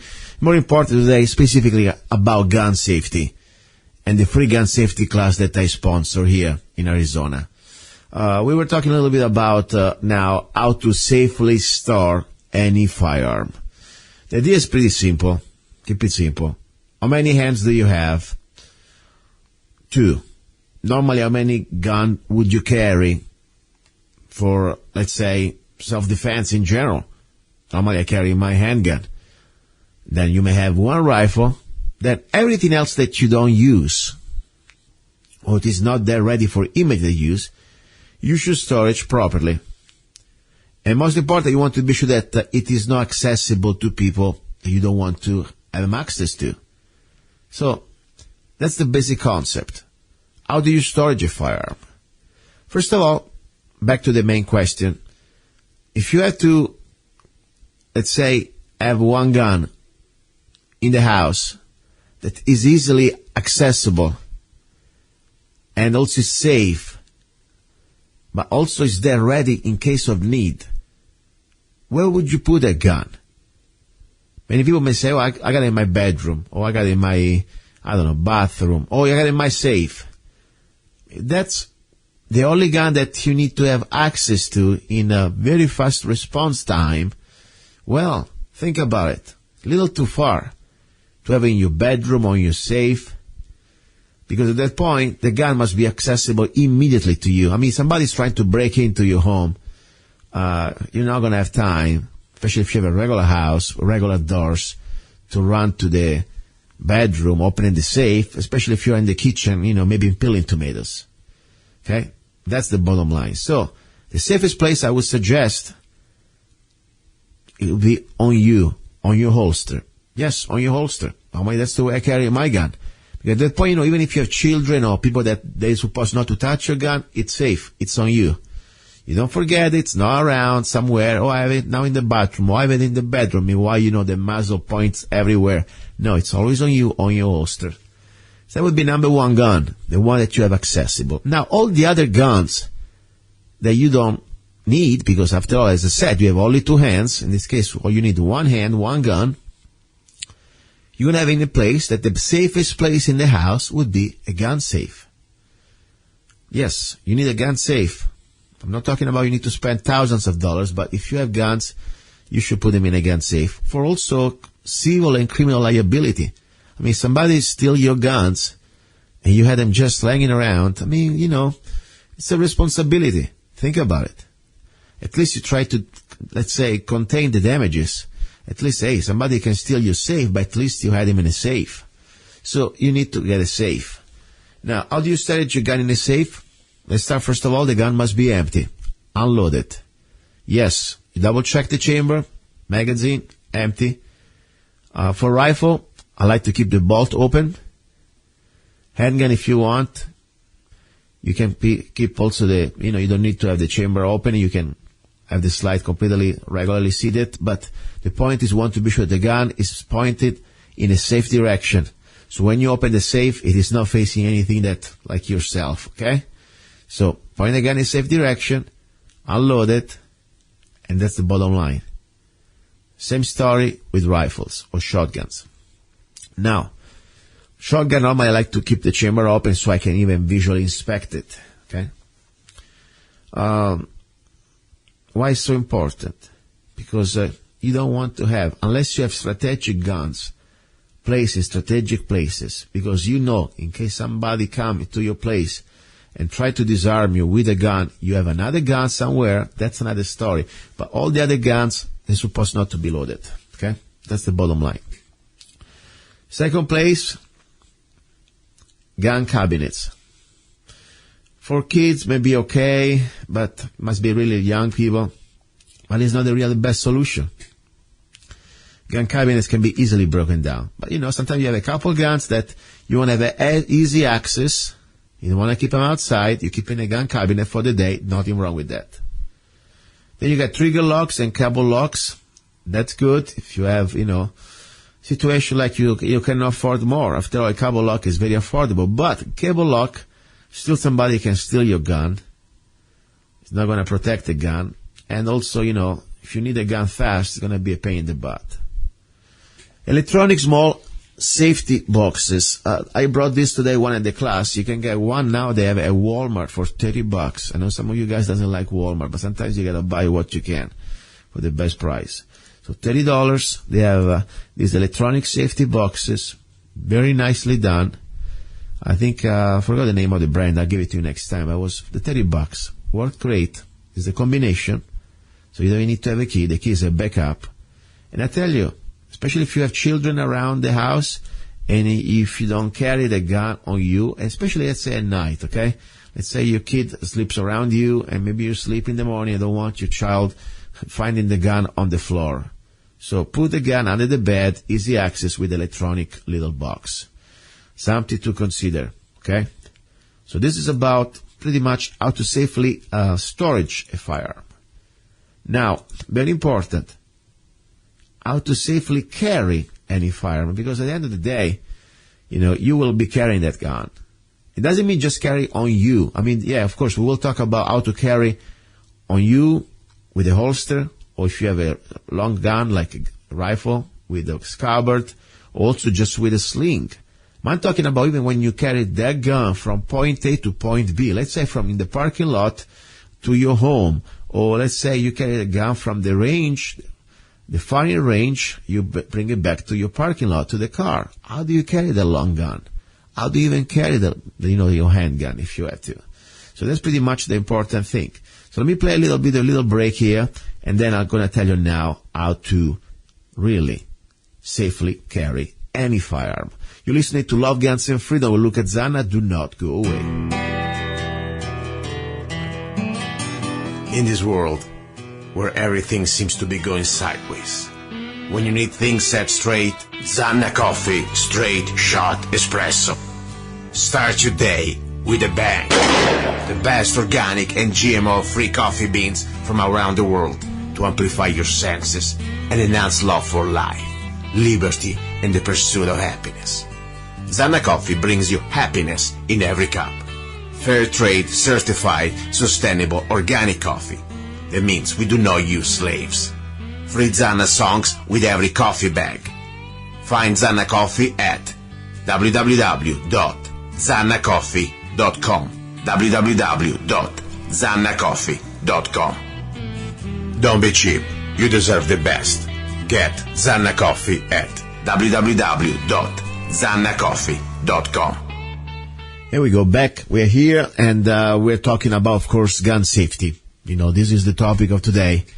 And I say, I like to bring you guests, but sometimes I like just to focus on things that I want to simply articulate with calm and, just really go back to basics, seriously. Because I think it's important, The show, of course, we have a lot of things on the show we talk about. The final hour is pretty much more entertaining and talking completely different topics. But this hour is probably the most technical hour. Sometimes people may say, a little hard, a little too serious. But I said, for me, this is not a show to entertain, really. It's about educating, at least sharing information. And when it comes down to gun safety, it's not something like about, especially here in Arizona, we have so many guns, okay? That's great. People don't need a permit, don't need to have even a CCW. They can buy every gun they want. That's great. I'm all for that. But at the same time, I say, with freedom comes responsibility. And there is no excuse. You need to find that training, that education. Because, you don't want to wait for a mistake that is never going to be a mistake. It's called a negligence. So that's the bottom line. That's why I'm trying to use this time also to give you this information. Okay? Now, we were talking about how to safely carry a firearm. The best way, the easiest way, the safest way, if you carry a firearm safely, it is on you with a holster. There are different systems. As I said, this is not going to be like the CCW class. I give you the details of each type of holster. We go from 3 o'clock, 5 o'clock, 1 o'clock appendix, whatever, the 6 o'clock back in the back of your, this is mostly now to give you the idea though that you must have a holster. Okay? And a good quality holster too. Completely custom made for that gun. You don't want just some generic Velcro holster, okay? The floppy holster. Now, even of course with the holster there are different, levels of priorities and more important, safety. Remember the basic general rule, number 1, that muzzle of your gun, you always want to be sure it's always pointed in a safe direction. So, if you have a holster, for example, that, like the appendix holster, or the one that normally they start to go conceal under your, in front of your personal family jewels, okay? Scary stuff. Where is pointing at that muzzle? Think about it. So that's the first basic thing. Even when people like to carry this sort of, let's say, shoulder strap, horizontal holster. Think about it. The horizontal holster means that somebody behind you is going to face, let's say, the line at the post office. No, you can go to the post office with a gun, but let's say at the bank or something like that, grocery store, and you have even concealed, but still you have the gun, the muzzle of the gun pointed at somebody behind you. So think always about that. So that would be anyway still the safest way to carry a firearm. It is on a holster. If it's on your person. If it's not on your person, let's say you have different situations, could be a lady with a purse or even a guy with a fanny pack. Yes, whatever system you use, what type of system, it could be a bag, you want to be sure that there is always a holster. The idea of the holster is that the trigger is going to be covered. So because the trigger, if it's exposed, that's where really negligence discharge may happen. Okay? So that's the idea. That's why we need that very important tool called a retaining system that also is an holster. Now, another important thing, when you have the gun in that purse, you want to be sure that the gun doesn't roll around. You don't want that you never know how you're going to get it. You want to be sure that it's completely situated, fixed in a position with the barrel pointed in a safe direction that you train and you know exactly how to grip the gun and deliver the gun into a fight in a very short time of period. The point you need to be sure that, no matter what system you carry, you're supposed to have a standard, at least the colloquial distances. You should be delivering the gun, present the gun into a fight and shoot 2 rounds in a center mass in less than 2 seconds from concealed. I'm not saying that you have to do this overnight, but that's going to be something that you should really work into it. Okay, as a standard. Now, very important, you can carry also a gun from point A to point B without having a concealed system or let's say a carry system like a concealed, let's say holster. Let's say you go, for example, you just bought your gun, okay, a rifle, or you are at the range. You come from the range. You gotta go from the range to the parking lot of the range and put the gun into your back of your car. Some basic logic. First of all, be sure the gun is empty. Number 1. If you're not carrying the gun for self-defense, the gun must be empty. Okay? Number 2, if you can always have a sort of a scabbard or like a box for the gun or whatever type of let's say system that you can also keep the guns not just out of the view, but also, doesn't scratch. And more important, the trigger is covered. Now, when you carry that gun from the firing line, at least from the range to the parking lot, you want to be sure that the muzzle is always in a safe direction. Not because the gun is empty, you think you're going to the car, you start to muzzle that rifle or any other gun you have, a shotgun, to people's face. No. The muzzle in safe direction. In this case, we will put the muzzle up. Okay? Finger off the trigger, of course, especially when you have like a scabbard, you're not going to be able to touch the trigger. But the point is, you always remember finger off the trigger. So that's a very simple concept, believe it or not. Some people may probably already do it, and that's great. But believe it or not, you go to the range, you will be surprised many times you see people muzzling their rifle around you. Even, but it's the holster, or it's in the the protective sleeves or whatever. Guess what? It's still a muzzle pointing at me. I don't care. That little protective sleeve or that little, box is not going to stop around. So keep the muzzle up. Now, if you don't have any type of protective system, but you carry a gun, always have at least a sling. You don't want to carry that gun in your hand, because that could be interpreted as a brandish in many states. Always have a sling. When you carry the gun, the long gun with a sling, always have an extra hand of support on the stock of the gun. Because in case you have to, let's say the sling may fail, you still can able to hold the gun. Okay? Very important. You see, they're simple things, seriously. But believe it or not, you never know how many people out there, they are pretty much not doing it. That's the story. Now, I want to take a break from this. I want to change a little bit. I don't want to make you, it's important, this stuff, but, it's also, maybe you're driving, maybe you're right now back home or whatever, you can buy books also about this. I'm just trying to give you at least the idea through an humble radio show of all the things you can learn. You should learn. Okay? So that's the idea. And, of course, this is not the final authority. There is so much more. And I'll go through much more. I don't mind to really share on the air something normally all the other radio stations don't do, or at least I know that even gun shows, very much well respected, they don't go through this in detail. Maybe they're trying to sell you the latest gun, and there's nothing wrong with that. That's great. We need market, we need guns and products, but I'm more focused on education. I'm more focused on things that somehow it is beyond how many guns you have. It's beyond the latest gun. It's about you. You are the gun. You are the weapon at the end of the day. No matter what gun you have, we're going to make it work. More important, your brain is the weapon. So that's what I'm trying to do. Now, I want to talk about something very important. There are some new good news that we should be really happy. New Hampshire passed a constitutional carry called SB 12 on February the 9th,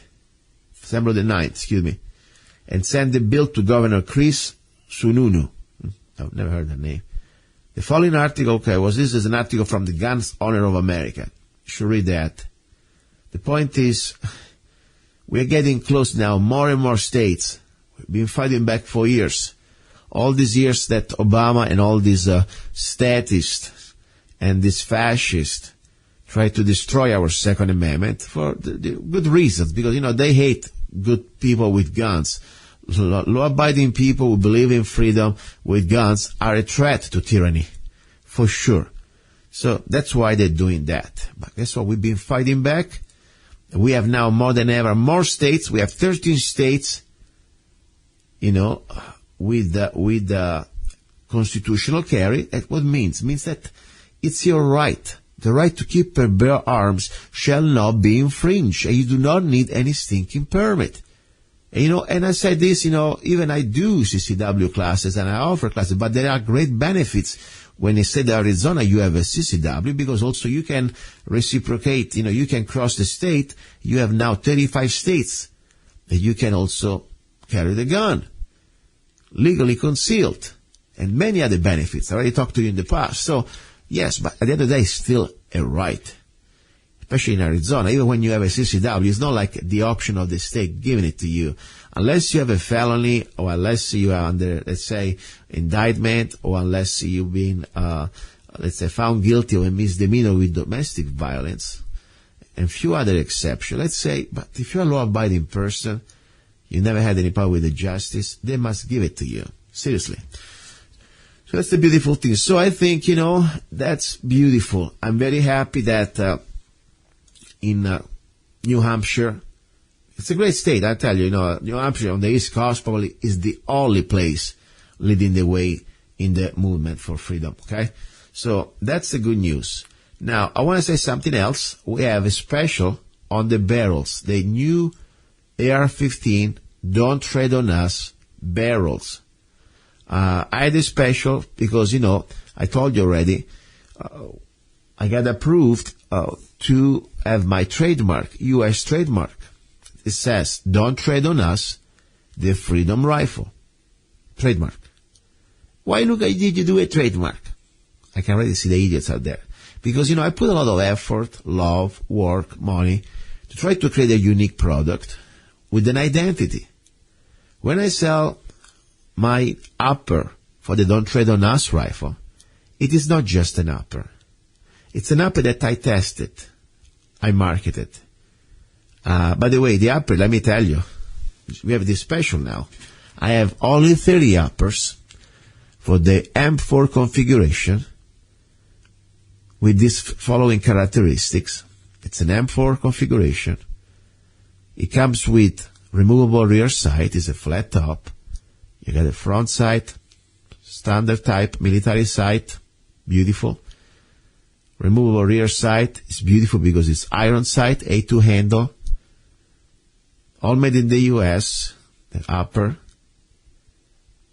And you have laser engraved inside the dust cover, Don't Tread on Us, the Freedom Rifle.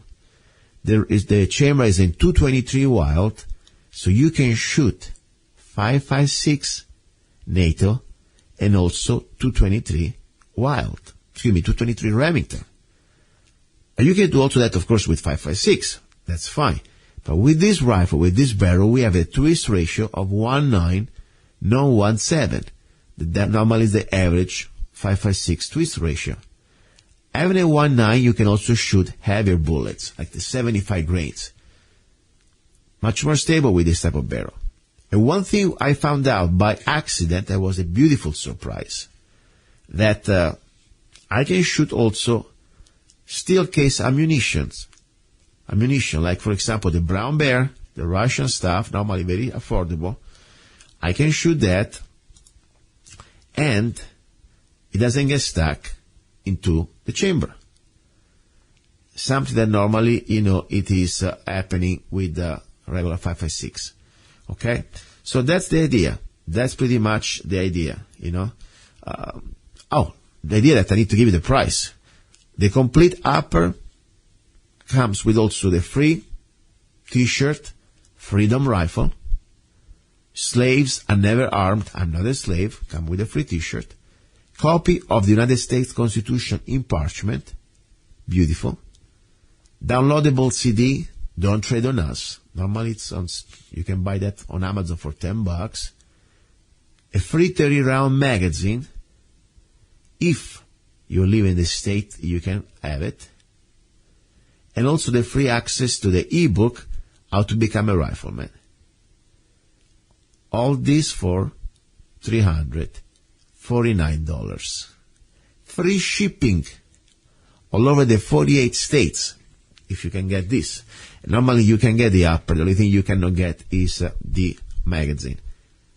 So that's the bottom line. $349. If you want that, this is not even on my website. Because on the website, normally the complete package is $390. freedomrifle.com. I have a special for the only left 30 pieces for $349 and free shipping. Where to get it? Just email me directly. Go to www.lovegunsfreedom.com lovegunsfreedom.com, and you can find my email. Send me an email. Say, look, I want the special. The complete upper Don't Tread on Us in M4 configuration. And by the way, I'll post in also now photos also on Love Guns Freedom for $349. Free shipping. Amazing. That's all I can say. And I also had a lot of great reviews, I'm telling you. I had, for example, Ray Allen from, I think, Maine. He bought my upper 1 year ago. And let me read the review. I think it's worth it. Seriously, I'm not trying to brag, but the point is, you go to Freedom, rifle.com, and they will redirect you to the page. Of course, Don't Trade on Us, the rifle.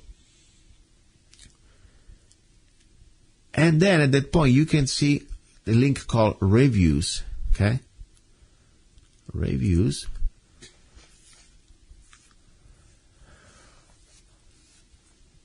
And there is this gentleman that, by the way, I've been in contact for almost now 1.5 years with him.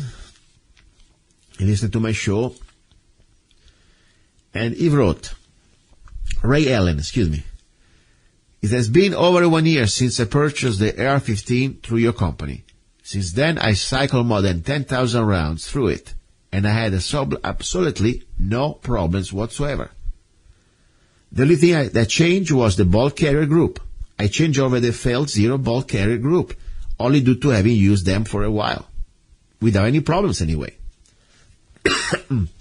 Overall, I would completely deem your product to be superior in comparison to other available today, and for the money, one of the very best deals present today for the quality. Thank you, Ray Allen. And you can see also his link to Facebook. So this guy is real. I didn't invent him. Okay? So my point is, you got an incredible product, an incredible price, made in the US. And at the same time, when you purchase this, you support the show. You keep this show free, then we can continue this format. Okay? Now, a little bit of a break. You're listening to Love, Guns, and Freedom with Luca-zanna, and then we wrap up the second hour, and we go in hour number 3. Do not go away. He's a songwriter, a poet, a rifleman, I'm not afraid. and a constitutional activist. I'm not afraid. Italian by birth, I'm not afraid. American by choice. Gianluca Zanna I'm not afraid. and his new CD, Love, Guns, and Freedom. 16 powerful songs on one CD from the heart of a patriot.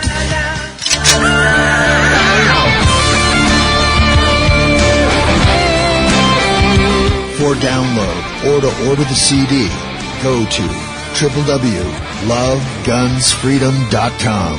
That's www.lovegunsfreedom.com. Lyrics for your mind, music for your heart.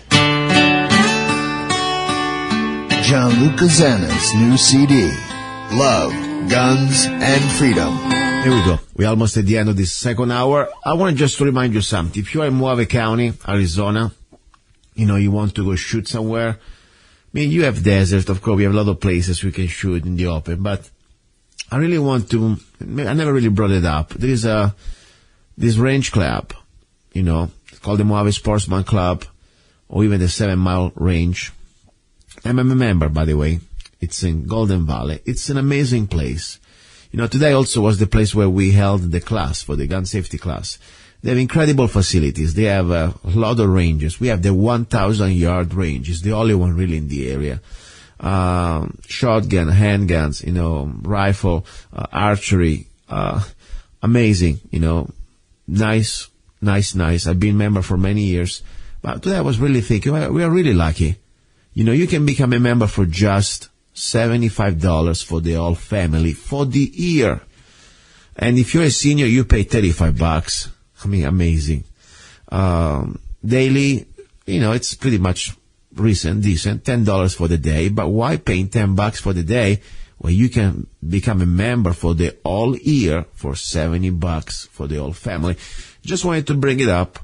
Because, sometimes it's beautiful to go out in the wilderness and shoot in the desert. That's fine. But you better know the place. You better know exactly where you're shooting at. Better you have a backstop. You better know that nobody's going to show up with a car, with an ATV. And I always shoot with a purpose. When I go at the range, I shoot with a purpose. I want to know exactly how many yards I'm shooting at. I want to shoot 10, 15, 20, pistol, 25. When I go shotgun, I know exactly what I'm doing. And when you go in the desert, you can organize yourself. You can have targets. You can carry your own targets, whatever. But there at the range is so simple. All you have to do is shoot and clean up and you're out. And for the price, it's amazing. You got toilets. So I want just to give them a little shout out, because I think it's really worth it that you look into that. That's what I'm saying. And on top, you really help to create a community where we have more and more gun owners that they can go there, exercise, train, and become more proficient. And of course, we can also share these safety classes. And I really want to bring this to as a if I had the time, I would bring a free gun safety class to every new member of the gun range. Always, of course, facultative, not mandatory, something I do. If I have enough time, I would do it. And I may talk to them. Say, by the way, if you have any new members, let them know. At least, also today we went through also the basic rules of how to behave safely, to what rules to follow at the gun range. And I'll talk about with you next Sunday. Sometimes people say, you think or maybe they don't tell you. And guess what? And you're there, you make mistakes and can be dangerous. Ignorance can be fixed, as I said. So we can do that. Okay? Now, I want to say another thing. Don't forget, we have in Arizona also another class. I have a class in Phoenix, the 11th of March, CCW class. One also in March the 4th in Lake Havasu. And probably today when you listen to the show, I already have a class at Havasu Guns, a CCW class, an Arizona CCW class. So if you want to go and attend another CCW class in Havasu, contact Havasu Guns and McCulloch Boulevard. Havasu Guns. You can find them at havasuguns.com and book for the next class. I mean, these classes are really good, especially, what you get. Go to azccw.us and look at the curriculum. And if you bring another person, you get $20 off. They're $85 per person. Plus, we got free range shooting time. Plus, you have the PDF of the whole curriculum of the class, so you don't need to take notes unless you want to. I wrote it all for you. You can download it. You get it for free. So that's the bottom line. We try to become the best we can, the safest we can, and that's the way we can build really our gun culture for the next generation. It all starts from us. Okay, that's very important. All right, at this point we're almost ready for hour number 3. It's going to be an exciting hour. As usually lately I'm getting kind of wild, and I like that. After all, we gotta really have fun. We talk about serious stuff, and that's beautiful, but we need to take a break, and we need to enjoy a little bit of life. Okay, you're listening to Love, Guns, and Freedom with Luca-Zanna. Do not go away. Ready for hour number 3. Ciao.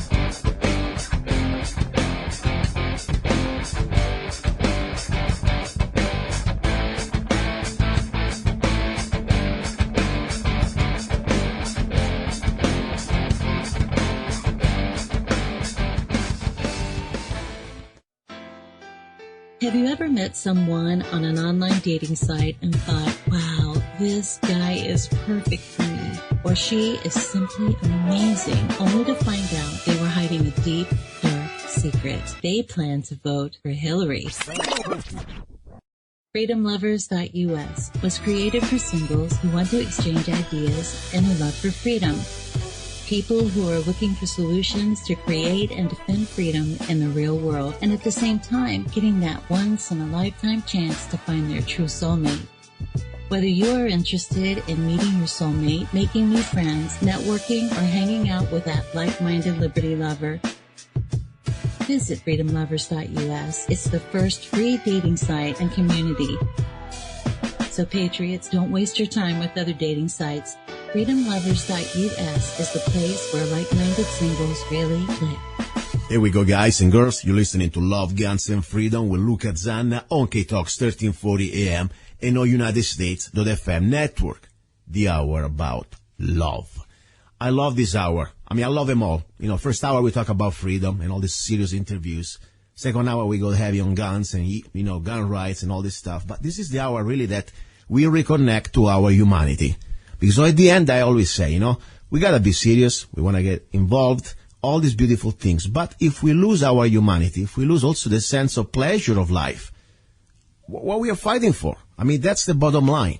So I really say, you know, fight during the day, by night, make peace, and more important, have fun, okay? And you know, I tell you, one thing really I believe that another aspect of love, it's the art. Music, painting, sculpture is an expression of our humanity. And I really like that because after all, we are human beings, you know, and, you know, animals, I mean, they're great things too. I like animals, but the difference between us and animals, that we can create also artistic things that they express our soul. And I tell you, a really beautiful thing that we are the results of our past. You know, every one of us, sometimes we don't realize it, but it's like in chemical, nothing gets destroyed. All transforms into something new, and sometimes can be better, sometimes can be worse, but I really believe we always have hope to improve ourselves. Now, wow, look, I said, what are you talking about? Yes, this is pretty much my rant for the day, for the final hour. But more importantly, I want to bring today an interesting guy, really interesting. He's an artist, and this time we don't need to go all the way back to, I don't know, Sweden or Germany or Italy. Normally, I like to bring international guests. I like to find local people too. We are, after all, a local show, you know, 1340 a.m. It's here, Mojave County, Needles, and all the area of Laughlin. But it is beautiful to find great minds that they express themselves and they also leave in a trace in history, because I think that's what art also allow us to do, to leave to behind us who we were, our expression of our feelings, of our humanity. So it's an honor, it's a pleasure to meet finally on the air with me a local artist that has been doing a great job the last few years, not just today. I mean, he's been around for a while. His name is Gregg-Arnold. Greg, are you there? Yes, I'm here, Luca. Okay. Thanks for having me on. Thank you, man. Hopefully you didn't fall asleep. Normally when I do my introduction, people fall asleep. So, oh my God. No, it was great. And truly, our humanity is what makes every day joyous to be alive. And you're right, you do have to fight about some things. Unfortunately, there will be always some type of opposition in life, you know, no matter what it is. But you have to embrace the good, because the good outweighs the bad all the time. Exactly. And I like the idea, you know, after all, everything is very serious, you know, because after all, our property taxes are serious matters, our freedoms is a serious matter, but sometimes we need to find a break, reconnect with our families, with our loved ones, and I believe, you know, that gives us the opportunity to also say why we are fighting, you know, and as I said, I like your art, because it's really something that is connected also to our reality here in Mojave County. I mean, when I look at your sculptures, and now we'll go into more details, it makes me feel really this is not just some art from somewhere. This is indigenous. It's created by a person who lived here, and I can feel that. Tell me a little bit about you as an artist. When did you start really to get, first of all, I know that you do different arts, but lately I know that you do mostly metal sculptures. Am I right or wrong? I don't want to assume. Oh, yes, metal sculpture. That's really where my passion is. I prefer to do this than just about anything. There's not a day or a minute that I'm doing this that it actually feels like work to me.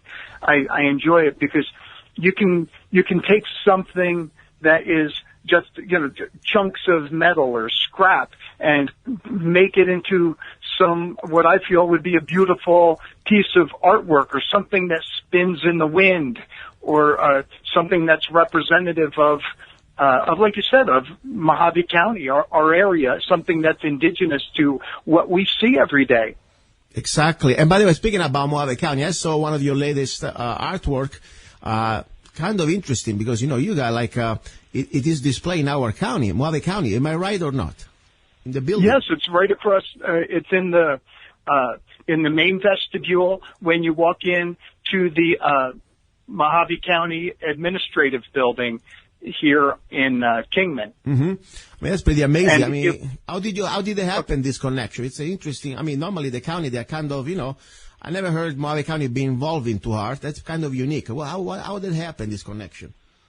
It's really funny. Gary Watson, our big chief here, he had dropped off this giant slab of copper over to the turquoise mine to Marty Kolbaugh, and said that he wanted him and me to work on an art project. They wanted a shape of Mojave County, and they wanted me to do that, cut it all out of copper, and then to have Marty put a, cover it in turquoise. And so right next to my building here is the Stutler Cabinet Company, and they do brilliant work with wood. I mean, absolute, craftsmen. So I had an 1880s wagon, again, indigenous to the area, that was from here, and it was in our yard. So we had refurbished it. So we had all this old wagon wood. It has tons of character. Wow. It's beat up. You could see spur marks. You could see all these things. So Stutler Cabinet made the background for it. Then the copper cutout went on that, and with the turquoise, and Chris at Chris's Auto Body had high glossed it, and so that's what's hanging in the administrative building. And I've had tons of positive response from it. It's because Gary Watson's vision, it captured what we have here, all these different elements. We have so many minerals here. We have so many different stones here. Mojave County has so much to offer. Excuse me. I wish more people would just come and visit and see it, because it's cheap to live here. Yeah. I moved here from New Jersey. Let me before you go there, let me finish this, because this is very important. I tell you, I didn't know these details to make it even more interesting, in my opinion. I mean, it is not just you got some minerals and of course, but the fact that you also got this piece of wood, that it's kind of an ancient piece of wood for us, at least. It probably belongs to the time of the pioneers and the miners. I mean, and then all these it really makes it special, in my opinion. And just it does. To complete, this is a donation or not? I don't want to assume. I'm not sure. It was absolutely a donation. Wow. I love this county. I love this town. I try to do everything I can to make it more culturally aware, as you do, like reaching out to the whole world with your show, Luca. You're bringing what we have here to the rest of the world, and you're bringing the rest of the world to our area, and we really need that. We need that cultural awareness here. Well, I love it here, and I'm really proud of you, I tell you, because, as I said, the fact that also you did this as a donation out of your own time and energy, that's make it even more special. It's like this show is about love, and I believe in charity, I believe in love. I do not believe in government extortion. So when I hear the governments give you something free, it's not free. They steal from somebody else. But, this is the true love that I appreciate. When somebody like you, sharing what you do as an act of love to our community, to our county. That's beautiful. I want to thank you for that. Oh, you're very welcome. I'm so glad to do it. I'm very honored to do it, and to work with these other craftsmen here. It's a really wonderful community. Yeah, that's beautiful. Now let's go back to you. When did you move to Mojave County, and where you were before when you were in Mojave County? Where you were living before? I lived in New Jersey in a little shore town. And I'd traveled before, but I'd always get on a plane and then you get off a plane. Mm-hmm. Then I had a chance to go with one of my friends. He's an over-the-road truck driver, and he was going on a 5-week, it was an adventure to me, but it was of work to him. Yeah. And we went all over the U.S. And when we came through Kingman, I could not believe the amount of stars, because we came through at night. Yeah. And so he said we could just stay overnight here, which we did. And I went and saw a realtor the next day, and I over at Remax, and then went home. I put a for sale sign in front of my house. Then I moved right out here about 13 years ago. Wow, 13 years ago. That was a couple years before I came here, something like that. It's interesting. It's true. The first time I came here, the sky was so blue. So beautiful. And the night, of course, full of stars. something changed a little bit lately, but we will talk about this in a little while. Listen, tell me a little bit about, I know that you have a place where you display your art and people can see your creations. And by the way, I like the Giganticus. Hopefully I pronounced it right. I mean, this was the first time. Giganticus hedicus. Yeah. The first time I found about you was about this sculpture. I said, wow, this looks like almost, there are these, in the, island of, I forgot the name, Eastern Islands? Oh, yeah, the Easter Island. Yeah. Yes. Yeah. I mean, it's not the same, but it's inspirational to that. Yeah. And it's kind of very interesting. Inspirational. Yeah. And where else to put it but besides in Arizona on Route 66, right? Exactly. And I was thinking about maybe 500 years from now, who come after us, they still find under maybe some pile of dirt, these Giganticus. They say, oh my God, what happened here? Maybe the people from Eastern Island came all the way. And they're gonna create... Yeah, and they'll be like, well, what we understand is that the ancients used to worship these. Even in Arizona. There was just some guy from New Jersey. Yeah, and they're going to write a book about it. So, yes, we have a theory that the guy from, from the Eastern Island went all the way to Arizona. Anyway. Yeah. Anyway, how did you come up with that idea? I think it's kind of a very interesting concept. I like it a lot. How did you come up with this? Did you have a dream or did you get drunk? And that's basically how that happened. I had bought that property. It's at 9855 Route 66. Yes. There's a big A-frame building there that has like a food in it and stuff like that. It's another visitor center for anybody who wants to stop in. Yes. And the property just seemed to be missing something. Mm-hmm. So I just saw this. I just slept on it, and I guess like you said, I dreamed about it.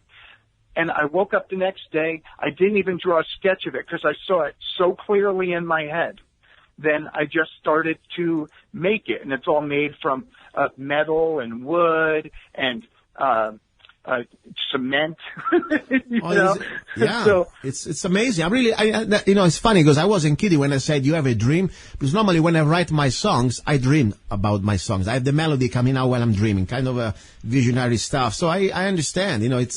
It's very unique. Even I'm not in art like you, but I do mostly songs. No. But I paint once in a while. But I really understand the way you feel, and I like that. I feel like some sort music of, is music is an art form. I enjoy it. I have never been able to play an instrument, so I'm very jealous about that. And that's truly a gift that you have. Thank you. And we gotta get together. I like to do. Maybe we can do. I don't know, a multimedia. I bring some. I'm writing some. I call them spaghetti western songs. When I was in Italy, I used to. Cool. I used to dream about coming to Arizona. It is not just. Didn't happen by accident. I used to watch all these Sergio Leone's movie. They were made, of course, some in Italy. Some were made also in Apache County. And I always wanted to come to the Wild West since I was a child. And finally, I made it all the way here. So I like spaghetti, though. I'm Italian food-like. I like Italian. So I mix the Western with the spaghetti, and I have a collection of songs called Spaghetti Western instrumental songs. I need to give you a copy. So maybe when you play some of your, when you display some of your art, maybe you can put some of these spaghetti Western songs. I'd love to do that. That would be great. That would be fun. And how long have you been here, Luca? Well, I came here 2005, escaping from California. My last step was Apple Valley. And of course, it was planned because I knew that somehow I wanted to come here one of these days. But thank God, things work out even faster. And I tell you, I love it. Since the first time I came, even when we have problems, at least we can work around problems. We can fix problems. I always wish, our government can get better, and I know can be better. We work hard. At least we have a relationship. We can talk to them. Even in our local government, we have some sort of an opportunity to, let's say, give them our feedback. In many other states, you can't even talk to your supervisor, seriously. So it's a beautiful place. I love it here. It can be better, of course. Me too. But, everything could always be better. And I do believe that they are doing what they can to improve that. Because like you said, you can talk to our supervisors and stuff. Like Jean Bishop, she's always on Facebook. And she always says, if anybody have any problems, any concerns about this, so people talk to her about the roads and whatever else.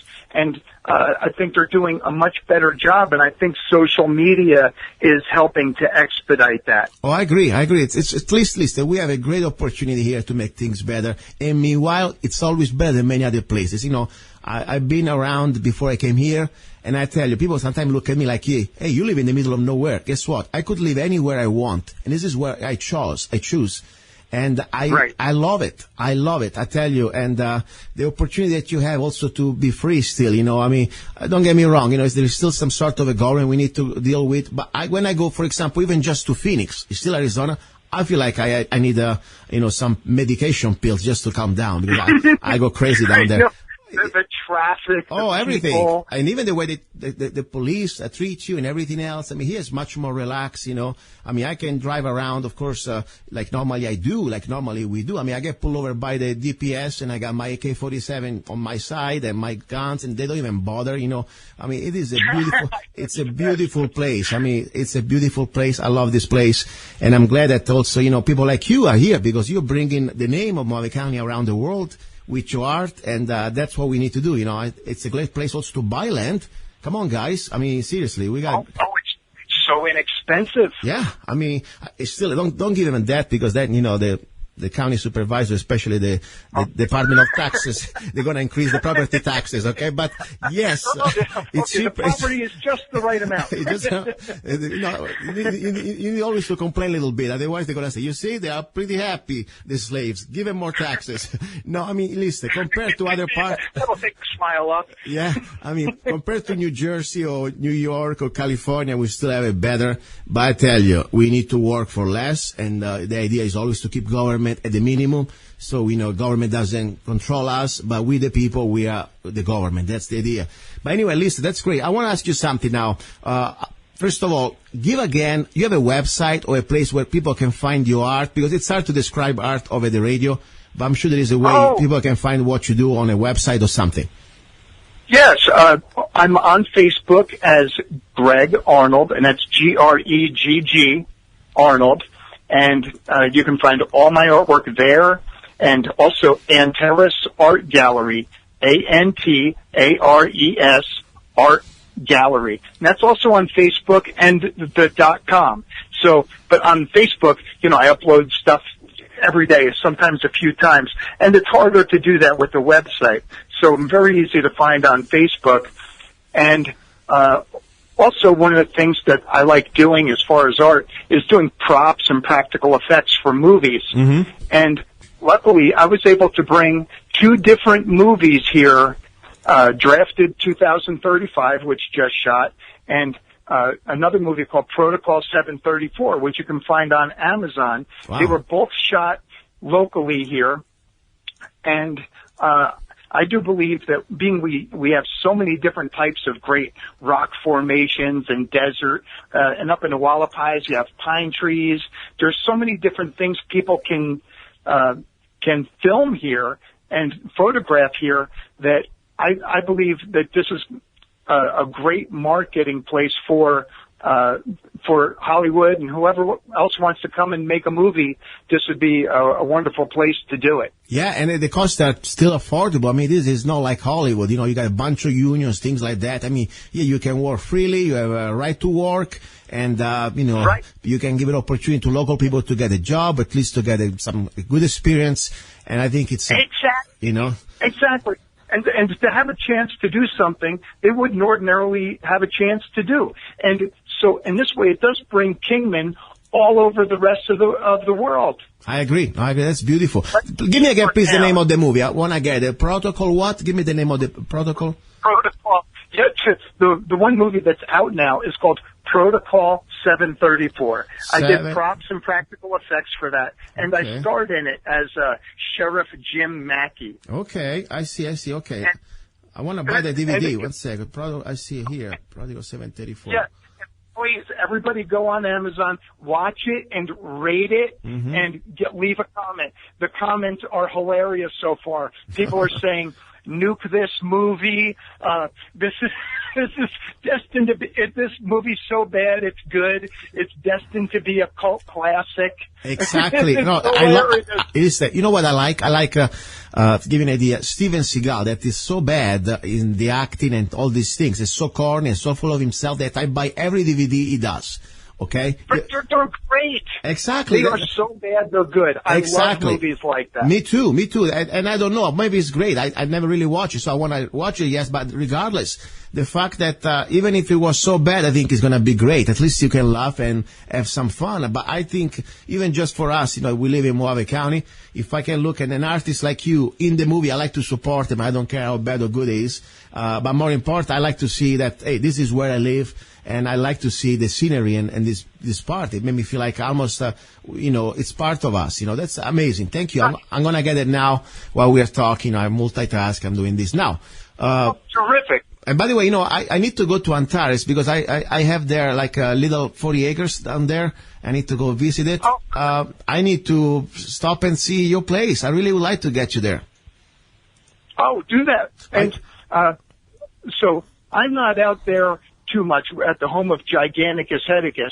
It is open every day, though. The owners of the Grand Canyon Caverns have leased the place, and they have food there. Okay. They have they're going to have live entertainment. They're setting up the stage now, and Bridget Langston is going to be playing there. Okay, great. And she is one of the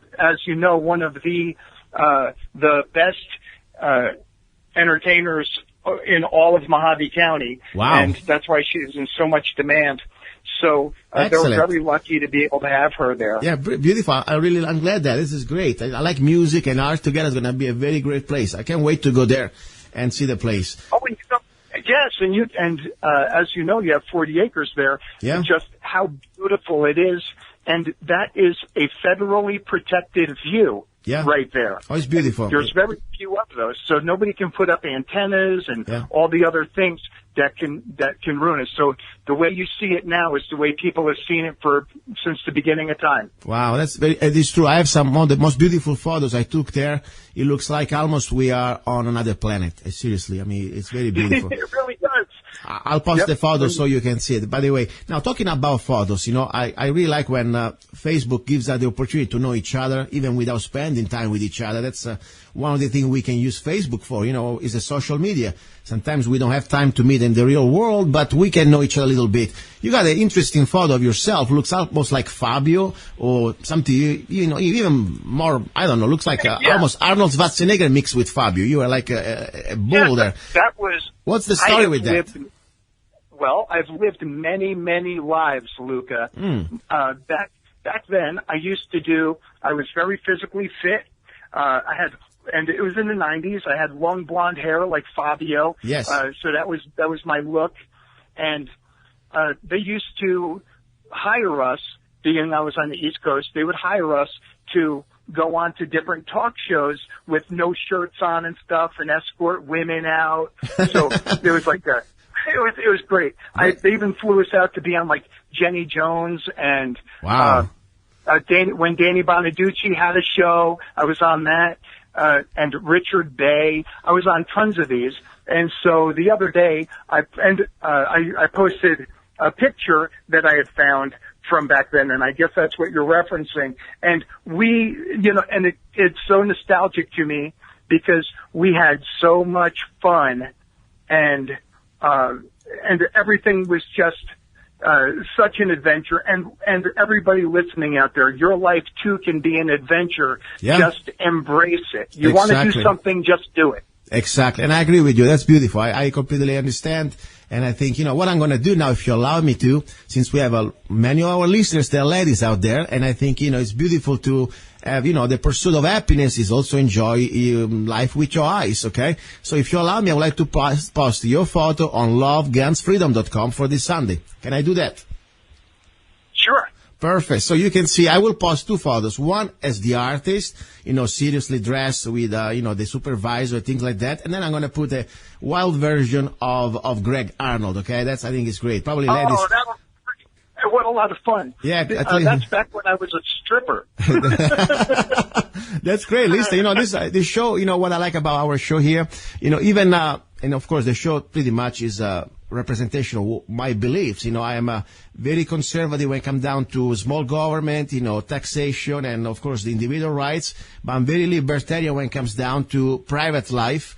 And as I said, I don't judge anybody because nobody has made us God, and we have the right to live our life the way we wish and we want. At the end of the day, all we have to do is just respect others, and we should be free to do whatever we want. That's the philosophy of the show. So that's what I like about you. You do what you feel like, and it's great. You're not shy, and nothing wrong, by the way. It's a great job. When you're a young guy, you have a good body like yours, and you can make some money. What's wrong with that? So that's the bottom line. You're supposed to be free to do whatever you want until, of course, you infringe on somebody else's rights. And I always say to other people that try to always bring, their, let's say, morals or whatever, or try to judge others. I mean, if you really follow Christ, okay? Christ said, don't you dare to judge others until you see that you have the log into your eyes. Seriously, because that's the really one thing sometimes, if I want to be, I don't want to say honest, I'm always honest, but I want to be a little straight when it comes down to small communities, even in big, but normally small communities more. People have the tendency to judge a little bit too much their personal lifestyle or others, Oh, you're not married. Oh, right. You go with two women. Oh, gosh, you go with men. Whatever. It's my business. Did I ask you something about your life? Mind your business. That's my bottom line. Anyway, so that's the story. But now, coming back to us, I told you my little secret. I don't know if it is not a secret. When I came which to... is fantastic. Yeah, I can't wait to see those pictures on Sunday. So it's fun, and spirit, also top, it's work. I believe in capitalism, in free enterprise, and everybody has different skills. Of course, when you're young, you got different skills than you don't have when you're old, and I was a little younger, and I like to cook. I like to, of course, dress like a Roman gladiator, and I was a real gladiator. What's not to like about that? Yeah, and also I like to sing serenades, so I was a perfect combo, and that's what I used to do before I started my other business. Oh, yeah, the perfect accent for it. Excellent. Perfect. Now, so I'm sure the women went crazy. Well, it was fun. At least, it was a good way to pay bills. Now, back to us. Serious stuff. Not because this is not serious, but, things that unfortunately bring us a little back to what we're supposed to do during the day. We were talking at the beginning, try to be active, involved, to try to make things better. And the reality is that, governments in general, they always been proven to experimenting on civilization, on civilians. Especially in America, but also in other countries, without their consent. I mean, we have a lot of declassified documents out there, at least the last 50 years, I mean, the New York subway experiment with germs, different things happen in different states, Washington, San Francisco, germs released from Navy, serious stuff. But without going too far, all we have to do is look at Mojave County, 50 years ago or so. Now, many of these people, they were somehow complaining about what the government they were doing secretively, doing nuclear experiments just north from here, not that far from here. And many of our people who came before us in this community are dead now. And they used to call it... They were called the downwinders. The downwinders. So, right. And see, I'd heard about that, but I didn't know any details. I'm learning more about it right now from you than I've known the whole time. Man, so it's a serious stuff, so much that now there are bills in Congress that they also did pass to try to give at least part of the medical expenses or even just the burial expenses, because many of these people, they are dead with cancer, so there's not much you can do anymore. But they said this 50 years later, took the time to finally admit it, and finally it was too late. So that's the reality. Now, the last few years, we notice that even if you are not a doctor or a PhD or some sort of a scientist, just a regular person like me can raise the eyes to the sky and see that there are like hundreds of airplanes out of the blue that normally they don't come here, and they start to fly very low, and they crisscross each other in a very geometrical pattern, and the sky that normally is very blue here, we don't live in some sort of a smoggy area, becomes completely white. And they call this, we know that, weather modification, geoengineering, that we have now evidence on video, beside the documents that you can find on different websites from the government. And I will send you a link on a page that I have on lovegunsfreedom.com, where you can see all the different links to different governments' website, where you can download documents from different researchers. And one is the latest one. It's from the Arizona.gov website, where everybody can apply for just $100 or so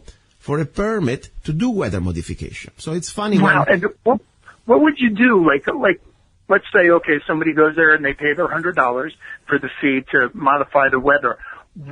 What would they be able to do? Well, there are different levels, of course. The lowest level is people, for example, that they want to try in agricultural world to try to manipulate the weather for, the crops and things like that. This has been done for a while. Okay.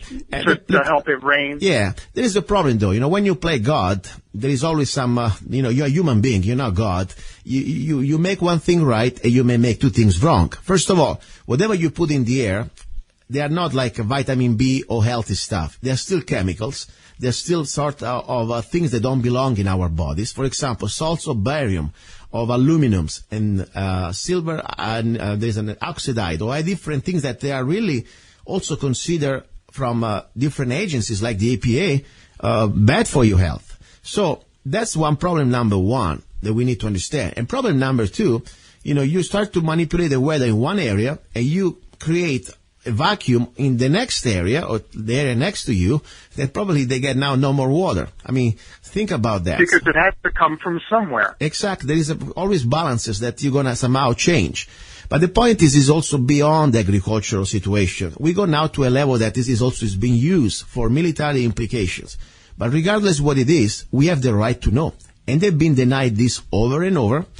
And now finally there was the first attempt to try to, let's say, minimalize all this, because, even after when the slaves start to smell there is something wrong, after a while we've been barking for many years, not just us in Mojave County, but this is happening everywhere around the world, at least in the Western world.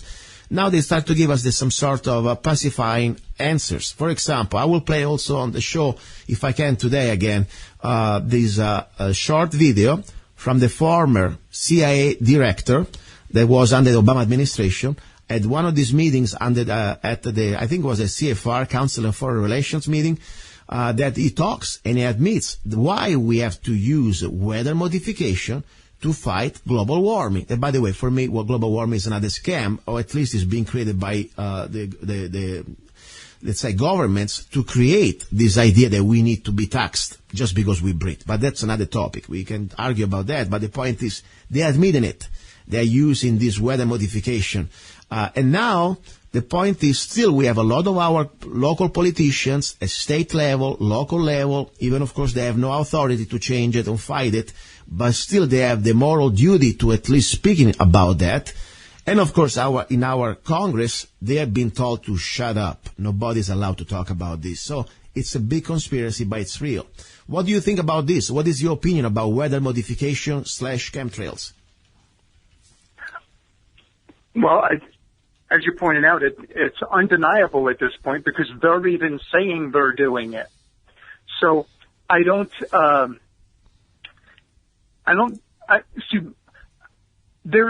has to be so many layers to this of things that we will never hear about or understand. Like they might be doing it for all these other reasons that we will never even know.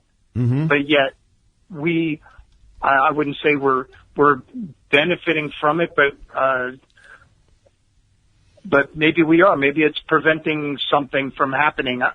I'm not sure. I'm really not. Do you think that's why we have so much rain this year? Yeah, for sure. Yeah, for sure. It's not normal. The rain we had, it's very abnormal.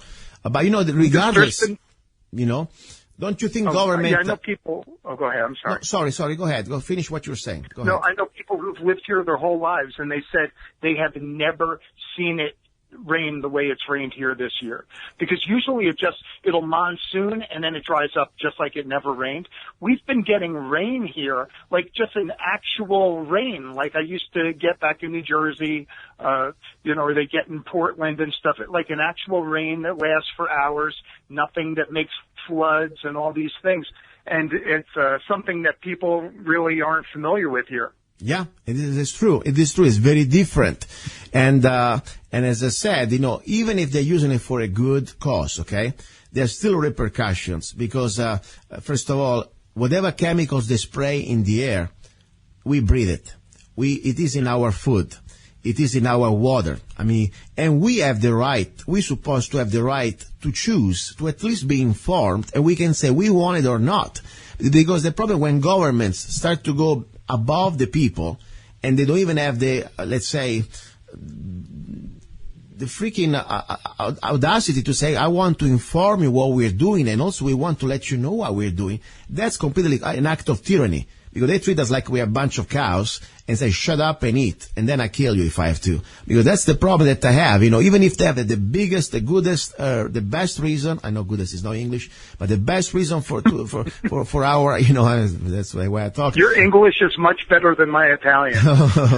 But anyway, so my point is we should have been informed. That's a fact. But let me play 1 second this. This is a CIA director. It's a very short clip. 1 sec. Another example is the array of technologies, often referred to collectively as geoengineering, that potentially could help reverse the warming effects of global climate change. One that has gained my personal attention is stratospheric aerosol injection, or SAI, a method of seeding the stratosphere with particles that can help reflect the sun's heat in much the same way that volcanic eruptions do. An SAI program could limit global temperature increases, reducing some risks associated with higher temperatures and providing the world economy additional time to transition from fossil fuels. This process is also relatively inexpensive. The National Research Council estimates that a fully deployed SAI program would cost about $10 billion yearly. As promising as it may be, moving forward on SAI would also raise a number of challenges for our government and for the international community. On the technical side, greenhouse gas emission reductions would still have to accompany SAI to address other climate change effects, such as ocean acidification, because SAI alone would not remove greenhouse gases from the atmosphere. This bastard, is so unbelievable. First of all, to implement this plan, they are creating more emissions because there are hundreds, if not, there are thousands of airplanes flying all over the North America, just here, that they are creating really a gas emission out of control. I mean, every time one of these commercial jets goes in the air, that's like, wow, right there. But the most important thing they forgot to tell us, that let's look at what type of elements they are spraying. And as I said, we did an experiment just a few years ago. Did you watch the video I sent you about barium in our blood? I didn't get a chance to yet. I'm certainly going to. Yeah, I mean, that's the serious stuff. The problem, I want to be sure everybody's listening here in Mojave County. This is not just Mojave County. This is happening right now in New Zealand. It's happening in Australia. It's happening in Rome. My mom has witnessed this. Wow. I mean, it's insane. There's just some part of the southern hemisphere they don't do this. But the point is, this stuff that they're spraying in the air, we're not really allowed to know everything, but we know part of it. Salts of barium, there's something that is bad for your health. Aluminum, you wouldn't really surprise how many people now that are getting dementia. It is not an accident, okay? Because you got aluminum in your brain, you get stupid, okay? And more important, look how many respiratory problems. You can't get that out. There's nothing you can do to detox metals out of your brain. Exactly. So even if they had the best reason, let's say they want to save us from global warming, by the way, I still believe it's a scam the way they're doing it. They're pumping it up to create a global taxation on humanity. But regardless, that's not the way you're going to solve a problem when we're all dead. Because they're going to say, let's say they stop the global warming, meanwhile we're going to all get dead, killed or by cancer or emphysema or, just dementia. So I hope maybe one day, you're a very busy guy, but if you can maybe get even more informed into this, and maybe, through art, we can reach out more than sometimes people talking, and maybe you can do something that would represent what you learn, what you discover after your research about what they're doing to us around the world, but especially now here in Arizona with this. I wonder if I could make make a metal sculpture that incorporates like a little vial that can capture the rain, and it has like a little tester in it, and it shows you if the barium or the aluminum or whatever is in it. Yeah, I'm not kidding. That would be interesting. Really, that might be a very cool thing to make. Yeah. And I tell you, bringing awareness, that's all we can do right now. I mean, my job, even if it's a local radio show, I'm trying to talk about this over and over, and I saw many people change their mind after all these years when we bring evidence. And as I said, nothing wrong to be ignorant. We're all ignorant at some times. That means we don't know things. But when you are arrogant and you've been given the facts and you know in the deepness of your heart that what is true, but just because you're afraid, and of course I'm not talking about you, I'm talking about some people out there, especially we have people in the public figures that they are, for example, our leaders, and they're just afraid that they can be ridiculed or stuff like that. That's sad, because this is more beyond politics. This is about the future of our generations to come, also our future, because a lot of people are getting really sick here, and we gotta do something, man. That's why I say I'm glad that you have an open mind. At least you can maybe look at the evidence. I will send you some more links. And I want you to watch the video, because I tell you, we did a scientific approach. We got 15 people, mostly from Mojave County, but spread around from Bullhead, Kingman, and Golden Valley. And we went to the lab and we draw blood, okay? And we asked for 2 tests exactly. One was for barium, salts of barium, another one was for aluminum. There are elements that normally in your regular blood test, you never gonna have a chance to do research. Anyway, 90% of us came back with the paperwork from the doctor with our blood level with barium between 1,000% above the maximum and 100% above the maximum. It was a big, and people say, oh my God, I remember, for example, former Arizona Representative Nancy McClain, she was trying to play it down. Must be you guys in Golden Valley, you water all. First of all, guess what? This was between Kingman, City of Kingman, Water Municipality. They don't water all. It was from Bullhead, was from, of course, Golden Valley, and we have our water tested. We have also people from Texas. So the funny thing was that this is not about water that we drink. We cut that off with science. We did the water test. There is no barium in our water. And also, it wasn't about food. I remember Mojave County, they were trying to, there was the board of the health department. The big explanation was because probably you eat too much of Brazilian nuts. We don't eat any Brazilian nuts here, okay? So anyway, the only thing is that they're nuts. So anyway, they were trying to play us down. At the end of the day, it wasn't the food, wasn't the water, and I don't have all the answers, but the only thing I was left was what is in the soil or what is in the air. And we know that what they're doing in the air comes down on the soil, and it's not just happening just here. That's why I want to be sure that even people think, oh my God, we try to put a black mark on Mojave County. No, it's everywhere. California, New Jersey, Texas, Montana, everywhere in the 50 states, they are pounding the crap out of us. And so even Canada. Okay, so that's the bottom line. So I want to share this with you, because I know you're a smart guy. You know more than many other people about many other issues. And I think maybe through your art, after you do your research, you can bring some awareness. I would love that. Absolutely. And I'm glad that you're bringing awareness about this. This way, all the ladies have the next generation of strippers and Roman gladiators. Otherwise, where would they be? Exactly. So we have to keep everybody as healthy and aware as possible.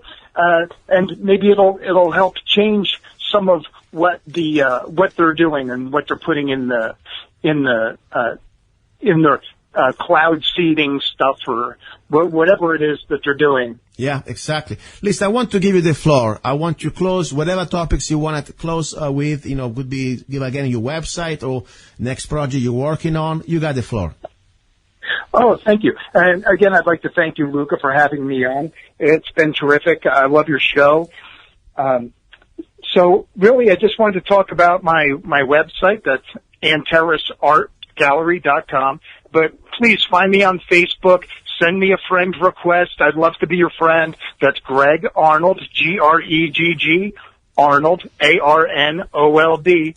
And we're right here in Kingman. If you get a chance, come visit. We're at 416 Route 66, right across from the county building. And it has a giant dromedary camel out in the front, out of metal that I made. Perfect. That's great. Listen, okay, I want to see you in person, probably maybe at the Antares or somewhere, and I'll bring you some of my CDs. Hopefully you can enjoy them. Listen. Oh, that would be great. I'd love that. Thank you. Now, don't go away, guys. I have a little bit more to close this today's show, and then I'm going to give you some final news about what's going on next week. You're listening to Love, Guns, and Freedom with luca-zanna. Do not go away. He's a songwriter, a poet, a rifleman. I'm not afraid. And a constitutional activist. I'm afraid. Italian by birth, I'm not afraid. American by choice. Gianluca Zanna I'm not afraid. and his new CD, Love, Guns, and Freedom. 16 powerful songs on one CD from the heart of a patriot.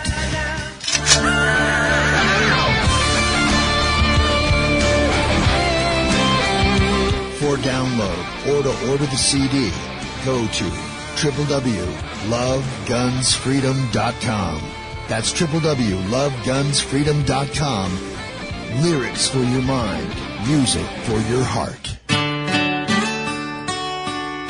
Gianluca Zanna's new CD, Love, Guns, and Freedom. Here we are back into the studio. You're listening to Love, Guns, and Freedom with Luca Zanna. This is the final hour, the hour about love. The commercial that you just heard is a little, promoting my CD and what I do, stuff like that.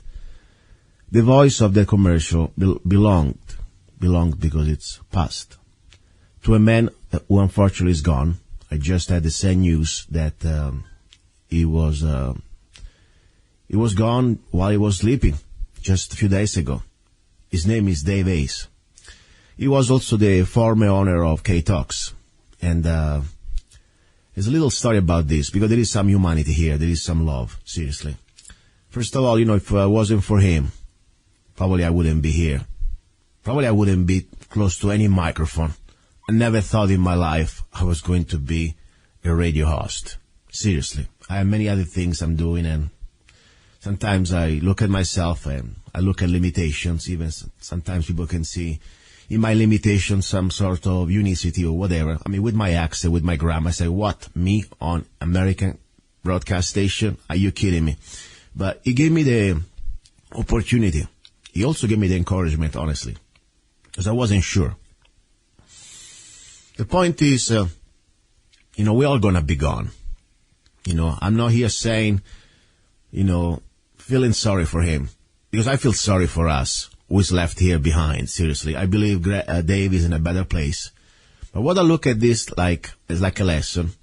Me and Dave, we never really went along politically. We were like alpha and omega, let's put it this way. I like him as a human being, though. I really do. I enjoy his company. He's a fun guy. He was a fun guy. I love his music. But politically, we were like kind of, pretty much, he was always chewing my butt. And that's fine. But one thing I learned from him, first of all, to respect each other. Number one. And that was the most important thing. I mean, I already wanted to respect each other. I wasn't like a jerk, but still. He gave me the opportunity that really also his creed is still here on the show. The system of the show, it works that I welcome everybody. I respect everybody who respect me and others. Simple as that. I have no censorship. You may agree with me or not, that's fine. I want you here. I give you the microphone, okay? And that's the bottom line. That's the spirit. And that's also the spirit, in my opinion, of Dave Hayes. He always fought for freedom of speech, no matter what. He helped me out when I was suing Mojave County a few years ago for denying my freedom of speech in Mojave County. He was the only one really in the county here with his station to talk and let me talk and expose what they were doing. So my point is this, guys. We gotta learn from these situations because life is precious. Can be gone anytime. You never know when it comes. You leave in the morning, you're going to work. Oh man, don't be so sure and arrogant that you will be back home. Maybe you should give a little kiss to your son or to your wife or to your mom. Maybe you should make up if you were a little mad, because don't be so sure you're going to be back home, or you will be back, or you'll be around next hour, next second. It is not up to us. Dave Hayes died in his own bed, with his mom. And for what I understand, he just said, Mom, I'm tired, I'm going to sleep. He had some medical problems just a few days before he was back from the hospital. And he never woke up. Honestly, I wish to be so lucky the day I go, to stay with my family, my home, and go away in a peaceful way. So I give him that. At the same time, I want to say something here, very important. I noticed lately on my Facebook friends, on my Facebook page, that, I've been posting a lot of a lot of different things. Among those, beliefs, creeds, faiths.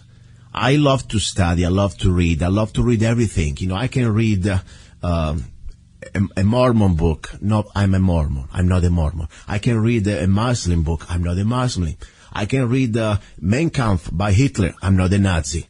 I study and learn everything. That's what I like. As a human being, I treasure. I'm thirsty for learning.